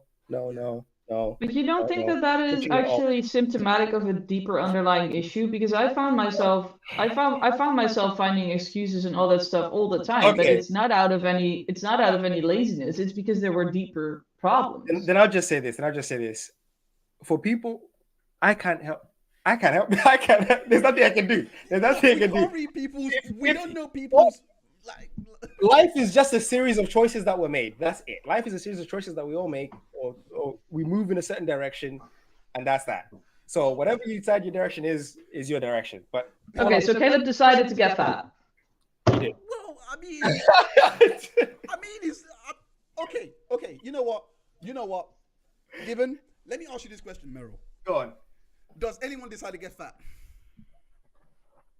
Oh. I think on the whole, generally, in far and away, like most cases, no. No one decides to get fat, but no like one. There's some feeder issues and fetishes, but no one also. The question The question is simple. Does anybody have the goal of I am 10 kg now? I am going to get to 18 kg. So this is not I'm going to get to 18 kg because I'm going to a gym and I want to gain muscles. This is I'm going to eat myself to 18 kg because that's the ideal size I want to be in. Who has that goal? Yes. It's not a choice. We know it's not a choice. But the point is the actual choice is the invert. Yeah, I know what you're trying to say, but again, at a certain point in the journey, you realize what's happening. Oh, but I realized long ago what the issue was, and I still haven't got it fixed. No matter how hard I try, no matter how many small steps I've taken. That's tough. Then what can we do? That's tough. That's tough. That's why. That is what I'm trying to say. Like that's tough. Because again, this is what I'm saying. Like I've put myself in these positions where I've been in positions where I'm overwhelmed with stuff. But like right now, guess what time I wake up now? 6. To fit in my schedule, the work at the exercise. Guess what time I wake up now? I don't care. This is what I'm saying. This is what I'm saying. No, I mean, like, that's really great for you, bro, that you have the capacity to do that. We don't. No, that's not his point. His point goes into the mentality. Even I get this. So my mentality is wrong then. Hold on a second. Merel, I don't want to wake up at the time I wake up. I actually genuinely don't want to wake up at that time. But I know. Wait a second. Merel, this is like, we can't be dismissive. We just can't be. Then why are you? Okay, let me make the point then. 2021, I came out of hospital going through psychosis. I was literally not in a position to even do anything. I was encouraged by my doctors, by my mom, everything, saying it would help your mental health if you go to the gym because it would release endorphins, all those things, etc. I did not receive this message at all. I actually went to, at one point, I actually did go to the gym for a week or two. I didn't have the goal in my head to be like, oh, I see the benefits. I understood what they were trying to tell me. I understood that far, but in my head, what I was trying to at least compute to myself and be like, why can't I think like this anymore? Why can't I go through like this anymore? Why are things this different? I was just trying to familiarize myself from the environment I was coming out of to a new environment with new set of goals, with new challenges that I had waiting for me, so to speak, to pick up. It wasn't easy. I went to a gym, then fell off and continued falling off for a whole year. It literally took, I think it was 2022, like December 2022. This is 2021 we're talking about. So I literally gained from 98 kg to like 116 kg around that time, And the only way I got to a point is just, there was something that just clicked in me that, as Given was saying, that just made me change my schedule, because I wake up consistently now at 6 p.m.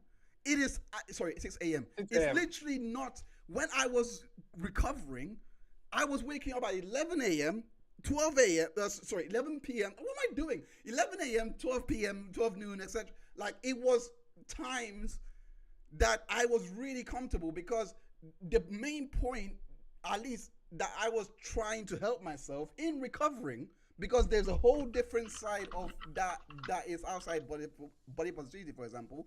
In recovery, I was trying to do things that would bring me at least some form of satisfaction. My mom was even telling me it's okay to order takeaways, and she was saying all those things to me because there was literally a rule that she hit to all of us, that we can't get takeaways into this house while I was living there, because she was trying to marshal and get everyone to not go overboard with our weight. There were so many things she was trying to get me to unlearn so that I could heal from the problems that I had mentally. But those challenges I had to heal from, and before I could even realize that I need to make a choice for myself to reach at least a level of health, good health. Put it this way, yeah. How this is what's so interesting to me is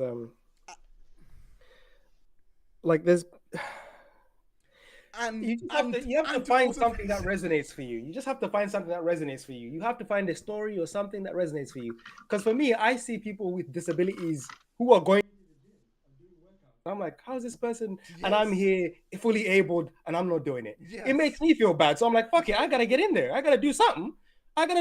So I find things that will make me do something. Look at things that will make me want to do something to improve myself. That's it. Yeah. Whether you do that or not, it is what it is, man. No. To be completely fair, I actually understand what you both are talking about, because I understand it too. Because society are not really helpful. But in my honest opinion, I feel like if I was back in Nigeria, they would just tell me to suck up most of the things I was going through after coming out of hospital. I don't even think that they will provide a facility for me to go to hospital to treat my psychosis. There are so many things that are so different here that in my opinion, I think we just have to get realistic with ourselves to see, like, listen, this may not be the best way for me to go. Like, but it's not optimal. Exactly. You sit there with yourself and you have a deep conversation. You look yourself deep in the eyes and say, fuck, what am I doing? Do I really want to do this? I can just, even if it's 2 minutes. And then when we don't succeed, because it is not as easy as you're trying to make it out to be, no matter your intentions, then we're just going to continue to beat ourselves up. Like, why don't we have the same willpower of these guys? So just don't try. Yeah, but Merel, no, I mean, no, I'm talking about the framing of like all these, like, then I look at it and I'm just like, oh, I'm just gonna do this. I'm like, well, that's great for you. We don't have that choice. We don't have that privilege. Merel, the way that you're literally framing, you're basically saying you have no agency in your own life. That's what you're telling me. You have no agency in your own life.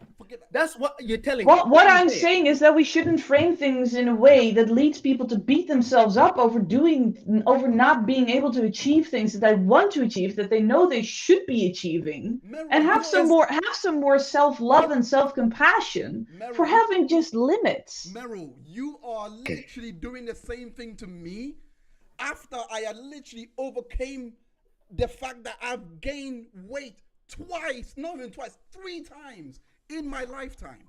I've gained weight, I literally failed, and I finally got myself into a mindset that I've been trying to get myself into, and you're telling me everything that contradicts that mindset, which is be happy with go back, it's okay, you'll be fine. No, I'm just saying that you are in a privileged position. I am not in a privileged position. I am literally he had to do something to change he had to do something schedule just so that I have to change my flipping diet.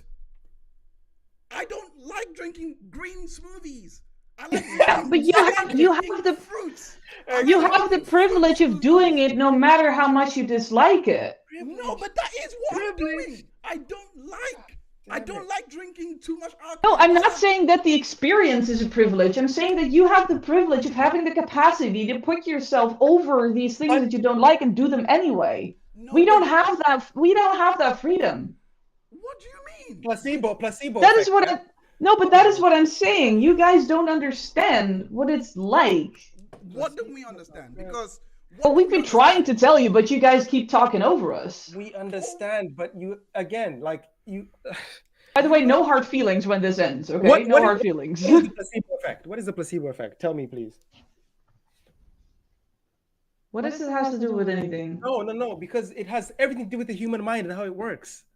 Yeah, but we have tried that a million times. Okay, I'm going to the toilet.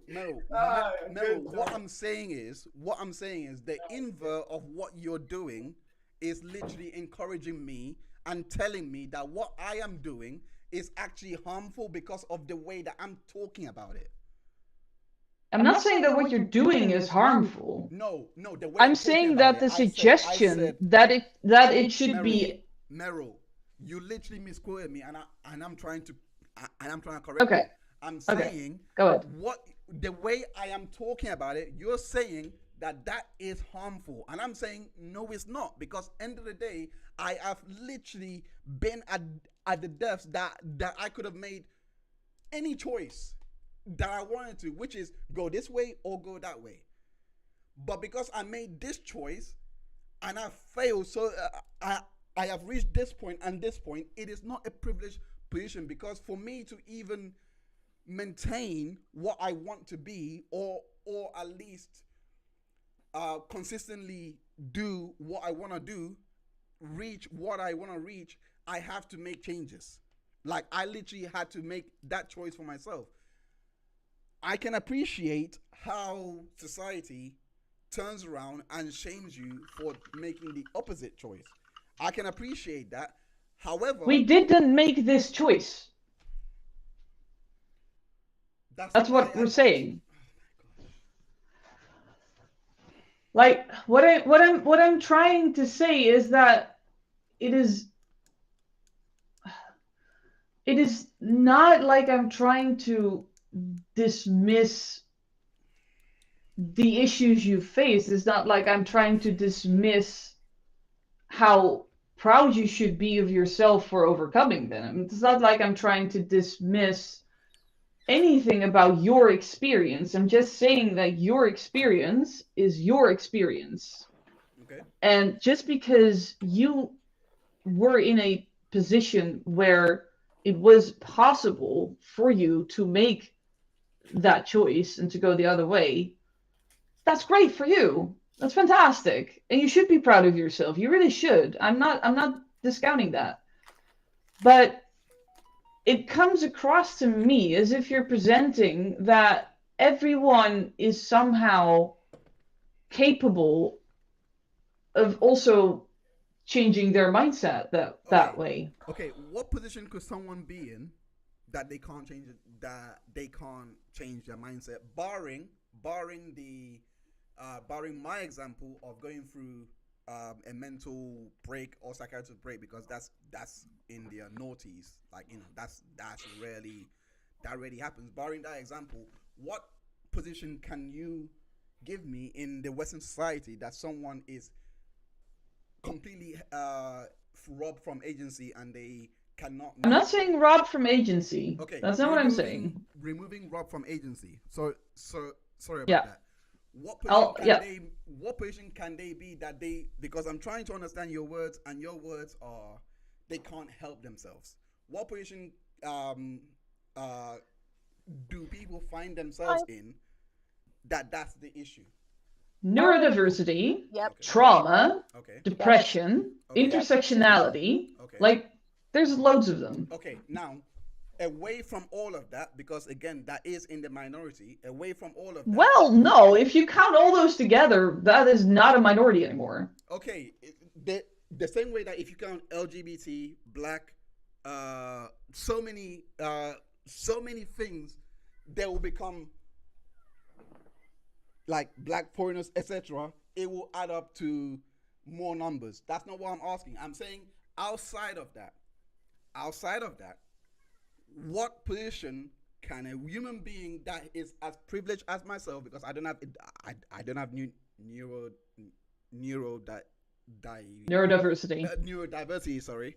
I don't have health problems. I don't have anything that would bar me from progressing. The highest thing I probably have is is it slow or fast metabolism? I don't know.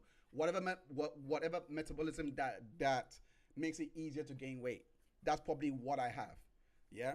Outside of all of that, what could a human being, what position could they be with my privilege that they can't help themselves? Well, the privilege is being able to help yourself. Okay, but what position can they be that they can't, that they... Well, that's all the things that I just mentioned, because that describes a huge amount of people who count, who exist, who are sitting right here. Yeah, but you cannot say huge amount of people and then the statistic for the huge amount of people doesn't change from, let's say, 20% to 40%. I'm trying to say the majority of people average, because majority is from 51%. So if 49% of people do not have that freedom, they just don't matter. Like, like what are you gaining? I don't know. We are already suffering enough under all these things in which we are not normal, in which we are not typical, in which we are not standard, and there are a lot of us, and we are kind of tired and fed up with it. And I know that you don't have bad intentions, but we're just telling you, as people with these lived experiences, it simply does not work that easily for a significant amount of people who simply do not want to hear anymore. Just change your mindset. You know, if you're depressed, just go take a walk. If you're overweight, just go to the gym, you know? Just change your mindset. Like, we're kind of done with hearing that. We just kind of need to finally hear, hey, we know you're struggling. It's okay.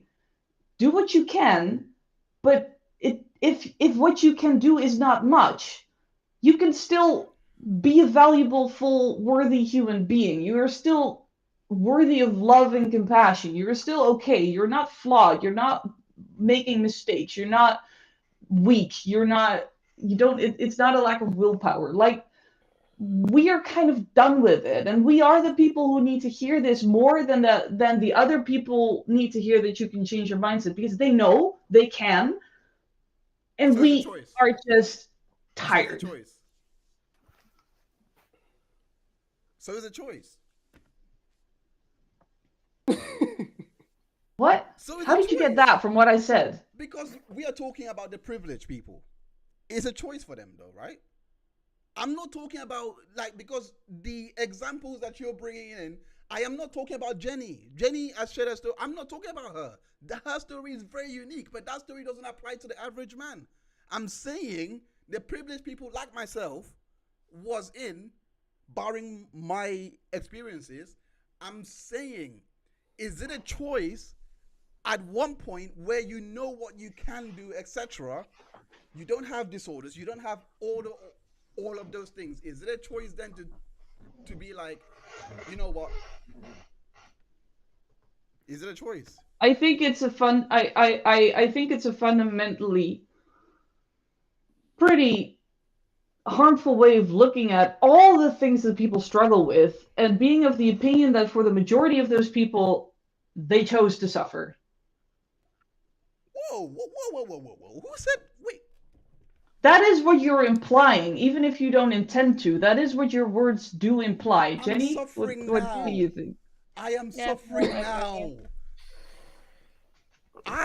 Did you choose to? Yes, I chose to suffer.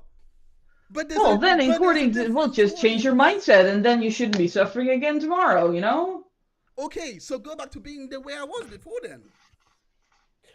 There is, again, there's two paths you must take. Both paths have suffering. There's no way around it. She's saying both paths you will suffer, but one path you will suffer. There might be some positives in terms of health, maybe, who knows, or whatever. But she's saying the other path is not a choice. You might feel slightly better a bit more often, but than you would if you took the other path. But there's still gonna be suffering. You have to override the feeling of, you don't understand how much of a mental battle it is when you're in that bed in the morning saying, I have to go to the gym, and you wake up and you have to walk to the gym. I don't pardon me. I don't understand how much of a struggle that is. You do understand it. So you do understand it. It is wherever did you get the idea that we don't know what struggle that is? No, that's the point I'm making is we all understand that struggle. That's what I'm trying to say. We all understand that struggle because at some point people have all been there. That's all I'm saying. We all understand it. So you understand it. He understands it. She understands it. I understand it. Yeah, and the difference is that some people have the privilege of overcoming that struggle, and others do not. But we just removed that. We have actually removed that because I'm trying to get to a point in which people. You were trying to get to a point where you're only talking about the people where your definition stands, so you could just ignore the people for who it does not work. Because it's easier to just not talk about them while they're sitting right here. I'm saying, Merel, my point doesn't even apply to those people that cannot literally help them. It's like, for example, it's like me telling someone that is in a wheelchair, get up and walk. My point doesn't apply to them. We understand your plight. We appreciate. Do what you can. But that's where that applies. He doesn't. Oh my God! Look. I get where you guys are coming from. I get where you guys are coming from because society speaks in absolutes, but we are trying to move from that absolutes to bring that little nuance and be like, listen, the people that are not having these issues, do not use Jenny's issues, do not use my issues, do not use Merel's issues to limit yourself because there's no point. You don't have these challenges. In fact, the people that have Jenny's challenges and still get up and bash through that. I'm not saying that to even stigmatize Jenny at all. I'm not even saying that like that. But I am saying there's an extra layer that we should be cuddling Jenny for at least getting through the day with all the challenges that she get. But society doesn't do that, and I get why it's here. But I'm saying when there is an overreach, where people for example, I saw a tweet the other day where someone who is in my privileged position, but big goes to the gym and does tricep dips. She doesn't do the technique perfectly, but she's trying, and she was like, oh, why is he even trying this and that, or this and that, and I'm like, what the I literally have to be like, bro, you can't just do that. Like this is the toxic side. There is also another side. You know those Nike adverts, right? You see someone in a they've now included big people to wear their clothing, and they're exercising. I'm like, this is positive because That's I'm good. like, I wish I saw this when I was 12 because I didn't see this. Everyone was all sports athletes. I literally had to play football to get a love for it. What if I didn't like football? What if I didn't want to play football? Do you see what I'm trying to say? If I didn't want to play football, I wouldn't have discovered this other side that has led me here. If I didn't like football or have interest in sports at all, I don't know where my life would have ended up. I don't know if I would have had the drive that I have now. But the point is, when I see adverts, when I with the big woman that wants to actually be active, etc., I think that's good. But I saw people on the other side actually demonizing that, and I'm like, but why? I would like to see this. That's the good side of body positivity. But the message is so conflated that we don't know, that we think that Nike are pandering. When I'm like, no, they're not. That's different from in the movie industry, where you literally see people be shoehorned and quoted in, compared just opposed to the fitness industry, where they're like, you know what? Where I see it as a positive thing, where I'm like, you know what? They're showcasing other sizes. This is away from modeling, etc. That's a good thing. But what Merel is like, from what we've talked about here, Merel is saying, me even highlighting that and saying that that's a good thing is a bad thing, because it's the people that can't do that are affected. Which I'm like, how are we gonna win? How are we gonna actually reach this utopia that we're trying to get? I don't think that's what I wasn't commenting on the body positivity stuff and all that kind of stuff. I wasn't commenting on that.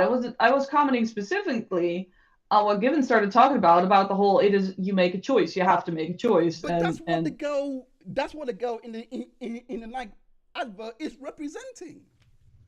She doesn't speak to Jenny's story. I don't think she does.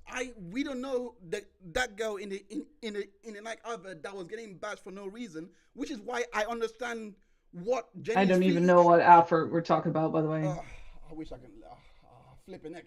It was it's fine. I'll look it up afterwards. It's fine. Yeah, we can talk, but fam, we've been running overtime. I gotta bring this one in. I'm sorry, it's like 2 hours 45 minutes, but we might have to. But we did need to get through that. Yeah, no. It wouldn't have been right to cut it off somewhere. We would definitely do a part 2 to this, because it's a good discussion, and I feel like we were finally getting to a point that we could have like talked about suggestions. A middle ground. Yeah, but to close off, because to close off, because I feel like a lot has been misunderstood. I understand where both of you are coming from, because society, we live in general, generalized themes. So everything that comes, let's say, when you see obese people are this, which is what I was trying to communicate with the rising stats of obesity, for example, Jenny is affected. I'm affected. There are so many people that are affected that within those stats are these people that literally cannot help themselves. So speaking in generalizations doesn't actually help anybody.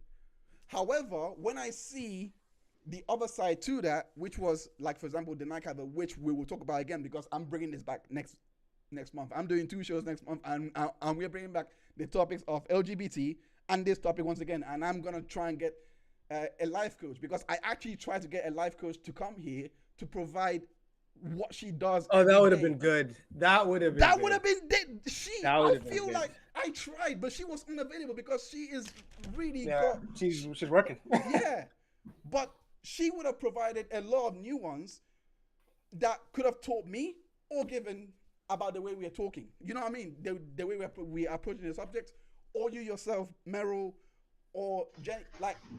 Let me just clarify that I did not at any point intend to imply that like we're entirely helpless or something, or that we have no agency whatsoever. Like just to be, yeah, but just to be clear, that's not what I'm saying. Yeah, you can laugh, but I'm not laughing. Oh my God. You're not laughing. You're not giving me a chance, Merel.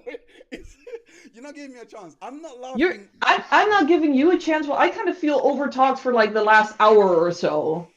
No, I mean, you're just not giving me a chance. Like, wherever I move, I'm wrong. Whenever I move, I'm wrong. That's what I mean. Because you're not actually registering what we're saying. Why do you think I brought in the night advert? Your face, that's a good thing right there. I brought in the stats. I brought in the fact that we speak in generalizations, how everyone is catching stray bullets. Like, I don't know what more I can express to actually show he understands the point. That I do get it. There's new ones. Like, the only thing that this show is missing, which is someone who deals with people who are actually having challenging lives on a day-to-day basis, helping them navigate through their challenges to try and get to a better position to where they want to be. That would have been a great person to have. Because she was actually confirmed until last minute that she had to pull out because of a client that she has to deal with. So I'm gonna have this again where we actually check ourselves in a way, because I feel like her position, her role, her experience will really help us out a lot, because Okay, but I think a life coach would also be able to. One second, I'll be back again. But no. Go on. No, but I wanted to talk to you specifically, so if you're not... Talk to each other, I'll be right back. What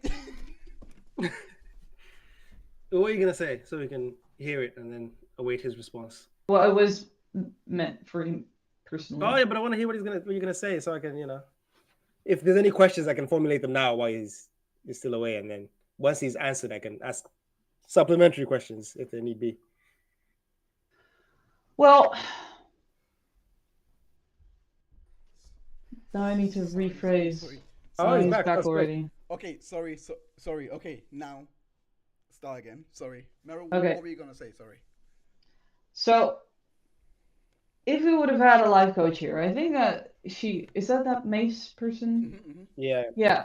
I think she might have also been able to analyze that what just happened was that I pointed out, like my English is leaving me a little bit. I pointed out an issue where I felt like I was not being taken seriously, and what you did was play the victim.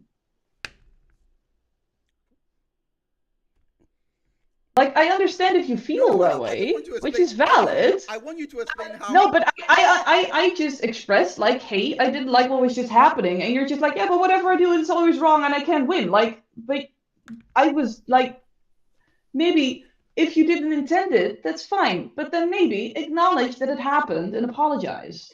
Okay, I do apologize for reacting like that. Okay. I didn't think. I appreciate that. Thank you. I mean, I do need to be a bit more careful now, but And I also want to apologize if I made you feel any sort of way, but I just felt like this needed to be pointed out for a moment. No, so thank you for acknowledging that. It's all right. Flipping angry loves giving. Okay, so listen, I just want to make something clear, and I think this has to be. Given is out of the room, so he's gonna come. I don't know. I'm not sure if he's coming back. I'm not sure what's going on.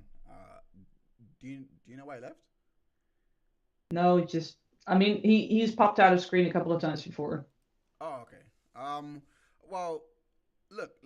Now he's no longer given. Now he's gave. Look. Oh no, given is already a past tense. Damn it. My linguistic heart is crying. Look, it's one of those ones where I look. I want to ask Jenny a question about this because I feel like she's very new. She is seeing a lot of. She may see a. Okay, let me just ask. Based on everything that I just said, based on this whole conversation so far, because I'm gonna have to close off now. But from what you've seen, what do you think about the arguments I've made near the end here, and the arguments that Merel has presented, as well as given? From you coming in fresh, not knowing us, because we know each other, so we know in a way how to like bounce off each other. But it's never been this heated before, and honestly, I might be a bit ticked off now, but I really don't. I really just want to continue as just like friends. Like, I don't want any hard feelings to linger after this and be hostile towards each other. I'll be honest, putting that out there. Me and Given are not like that. Like, I know Given well, he knows me well. We literally can disagree on religious reasons, and we both have completely different like religions, and we'll be like, hey, do you want to go for down the pub tomorrow? Like, we don't really care. Like, so we've established that now. So now, yeah. So Jenny, yeah. So I do, in terms of if someone was in a very, as you said, privileged position that they don't have any issues or anything going on, then absolutely they probably can make a choice. But it's not up to us to decide whether or not they can make that choice, or whether that's even a choice that they're able to make. But as Merel said, there's an awful lot that we are not taking into consideration in that portion, in that thing, and your group of, if they don't have neurodiversity or depression or anything else, which a lot of those are common problems for people who do gain the weight. I've got ADHD. There's a lot of comorbidity between obesity and neurodiversity and anxiety and a number of things. And I think by taking those out, you're really sort of not addressing the whole problem. Yeah, and I kind of took like offense to that as being like erased. Like, okay, I'm human too. Think that. Okay, I gotta ask a question here. Because a lot of people, like, society has a tendency to kind of forget about us. No, but like I'm not asking this question I'm asking this question as a society member. Why do you feel like you're being taken out because someone like myself wants to get to the bottom of where someone that doesn't suffer from what you guys suffer from, doesn't have those challenges that you guys have to overcome to even achieve the tasks that I can achieve, who don't have that? Why is it that then you feel left out or forgotten in the conversation? I'm not sure if that is exactly the way it happened. You said when I used the example of I recognize the things you mentioned. I'm just not sure if they happen in that succession with that causal relationship. But I don't remember it clear enough to be able to comment on that. But what my point mostly was is that those were just the things that I can list off the top of my head that are diagnosable or in any way like labelable. But the vast majority of people, but I'm not talking about struggle with issues, like maybe they have an unhappy marriage, or maybe they have there's loads of things that are not a diagnosable label. I completely get that, but what I'm saying is that my question wasn't to dissect those people or anyone with a challenge. Well, then who are you dissecting? I literally just asked, when I remove every challenged, why is it then that you felt excluded and forgotten? Because that was my question. Like I removed all of the challenges, all of So the diagnosable issues, all those things. So you excluded us, and then you ask why we feel excluded? No. He's basically saying we acknowledge why you guys can't do the things that someone who's in a privileged position, who's capable, can do them. But why does someone who is capable but picks excuses not do those things that they're supposed to do? Right. Okay. So we that acknowledge your that guys. that makes We acknowledge that your makes position sense. and appreciate That makes it. sense. I think that is a good distillation of the point. But first of all, in far and away most cases, I haven't actually seen many uitzonderingen. Exceptions. I haven't seen many exceptions. In far and away most cases, the people who are making up excuses or are in any way, they seem to be capable or whatever. Like what Jenny said, it's not up to us to decide for them whether they are capable and whether they are actually choosing not to while being capable. In far and away most cases, those people have underlying issues. There are very, very, very few people that are actually, truly, genuinely lazy for no other reason than being lazy. Okay, I gotta say this. I also just want to say that it's late and we need to wrap it up soon. Yeah, unfortunately my husband, who's undergoing chemotherapy at the moment, is a bit close to bed, so I cannot. I'll wrap it up. All right. So all I was saying was we can hear when people make excuses and we can make educated guesses to say, nah, like there is a difference between someone saying I literally have gastric bypass surgery regularly and I can't do this.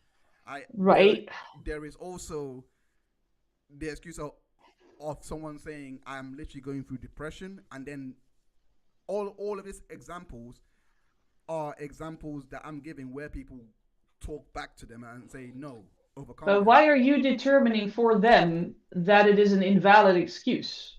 I'm not doing that. I'm saying the people that are doing that are wrong. However, when people say like, I just don't feel like it, there's no benefit in my life, I don't gain weight anyway, or those things, we're like, well, this is where you're heading down. And what I am sensing from yourself is let them head down that road anyway. That is not at all what I'm saying. No, what I'm trying to say is that the people who are making up excuses, they are people who far and away have issues that are underlying, that need to be dealt with, that are not laziness. So there's always issues. There's never genuine laziness. It's very rare that I haven't seen many cases of genuine laziness. Like a friend of mine, he was called lazy by everyone. He turned out to have undiagnosed ADHD. Okay. Let me put it like this.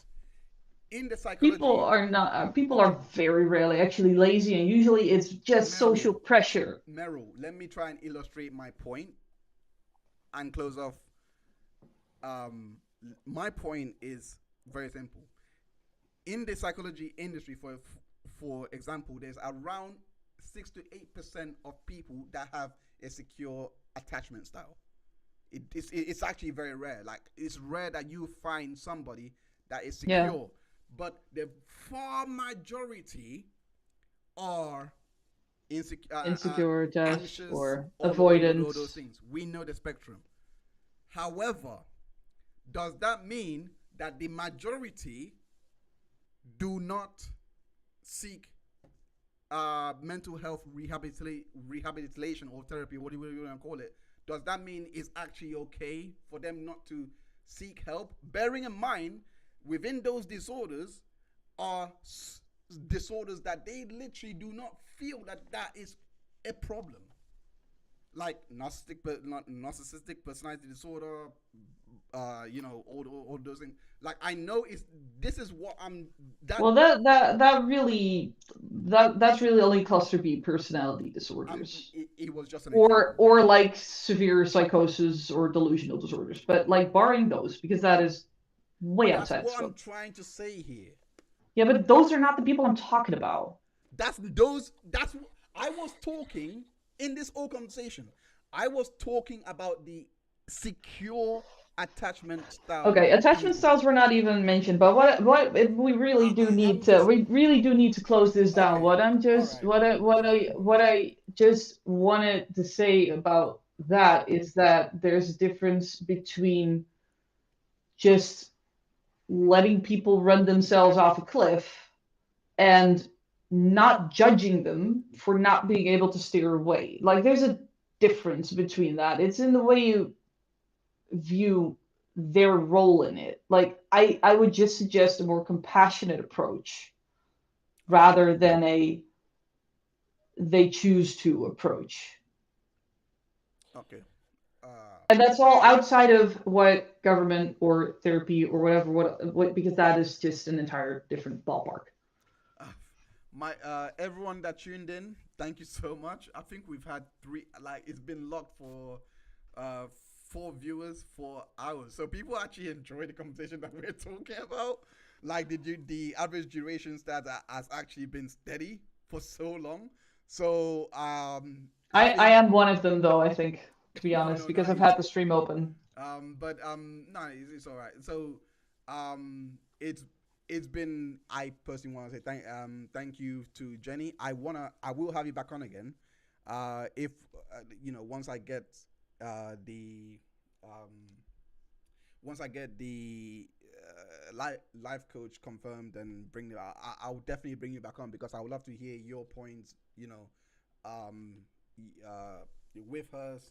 And I really do appreciate this discourse. I hope you guys have a good evening, and yeah, there will definitely be a part 2 to this, because I feel like there is a lot that we can get through and we need to get through. But yeah, thank you for all of you. Thank you, Tessa, and for staying with us for this long, and Heidi, if you're still there. I appreciate all of you. Thank you, Jenny, for joining us. I really appreciate you. Thanks for having me. Thanks. No, thanks to you, Merel. Bye. All right, Merel. I love you. Yeah, bye-bye.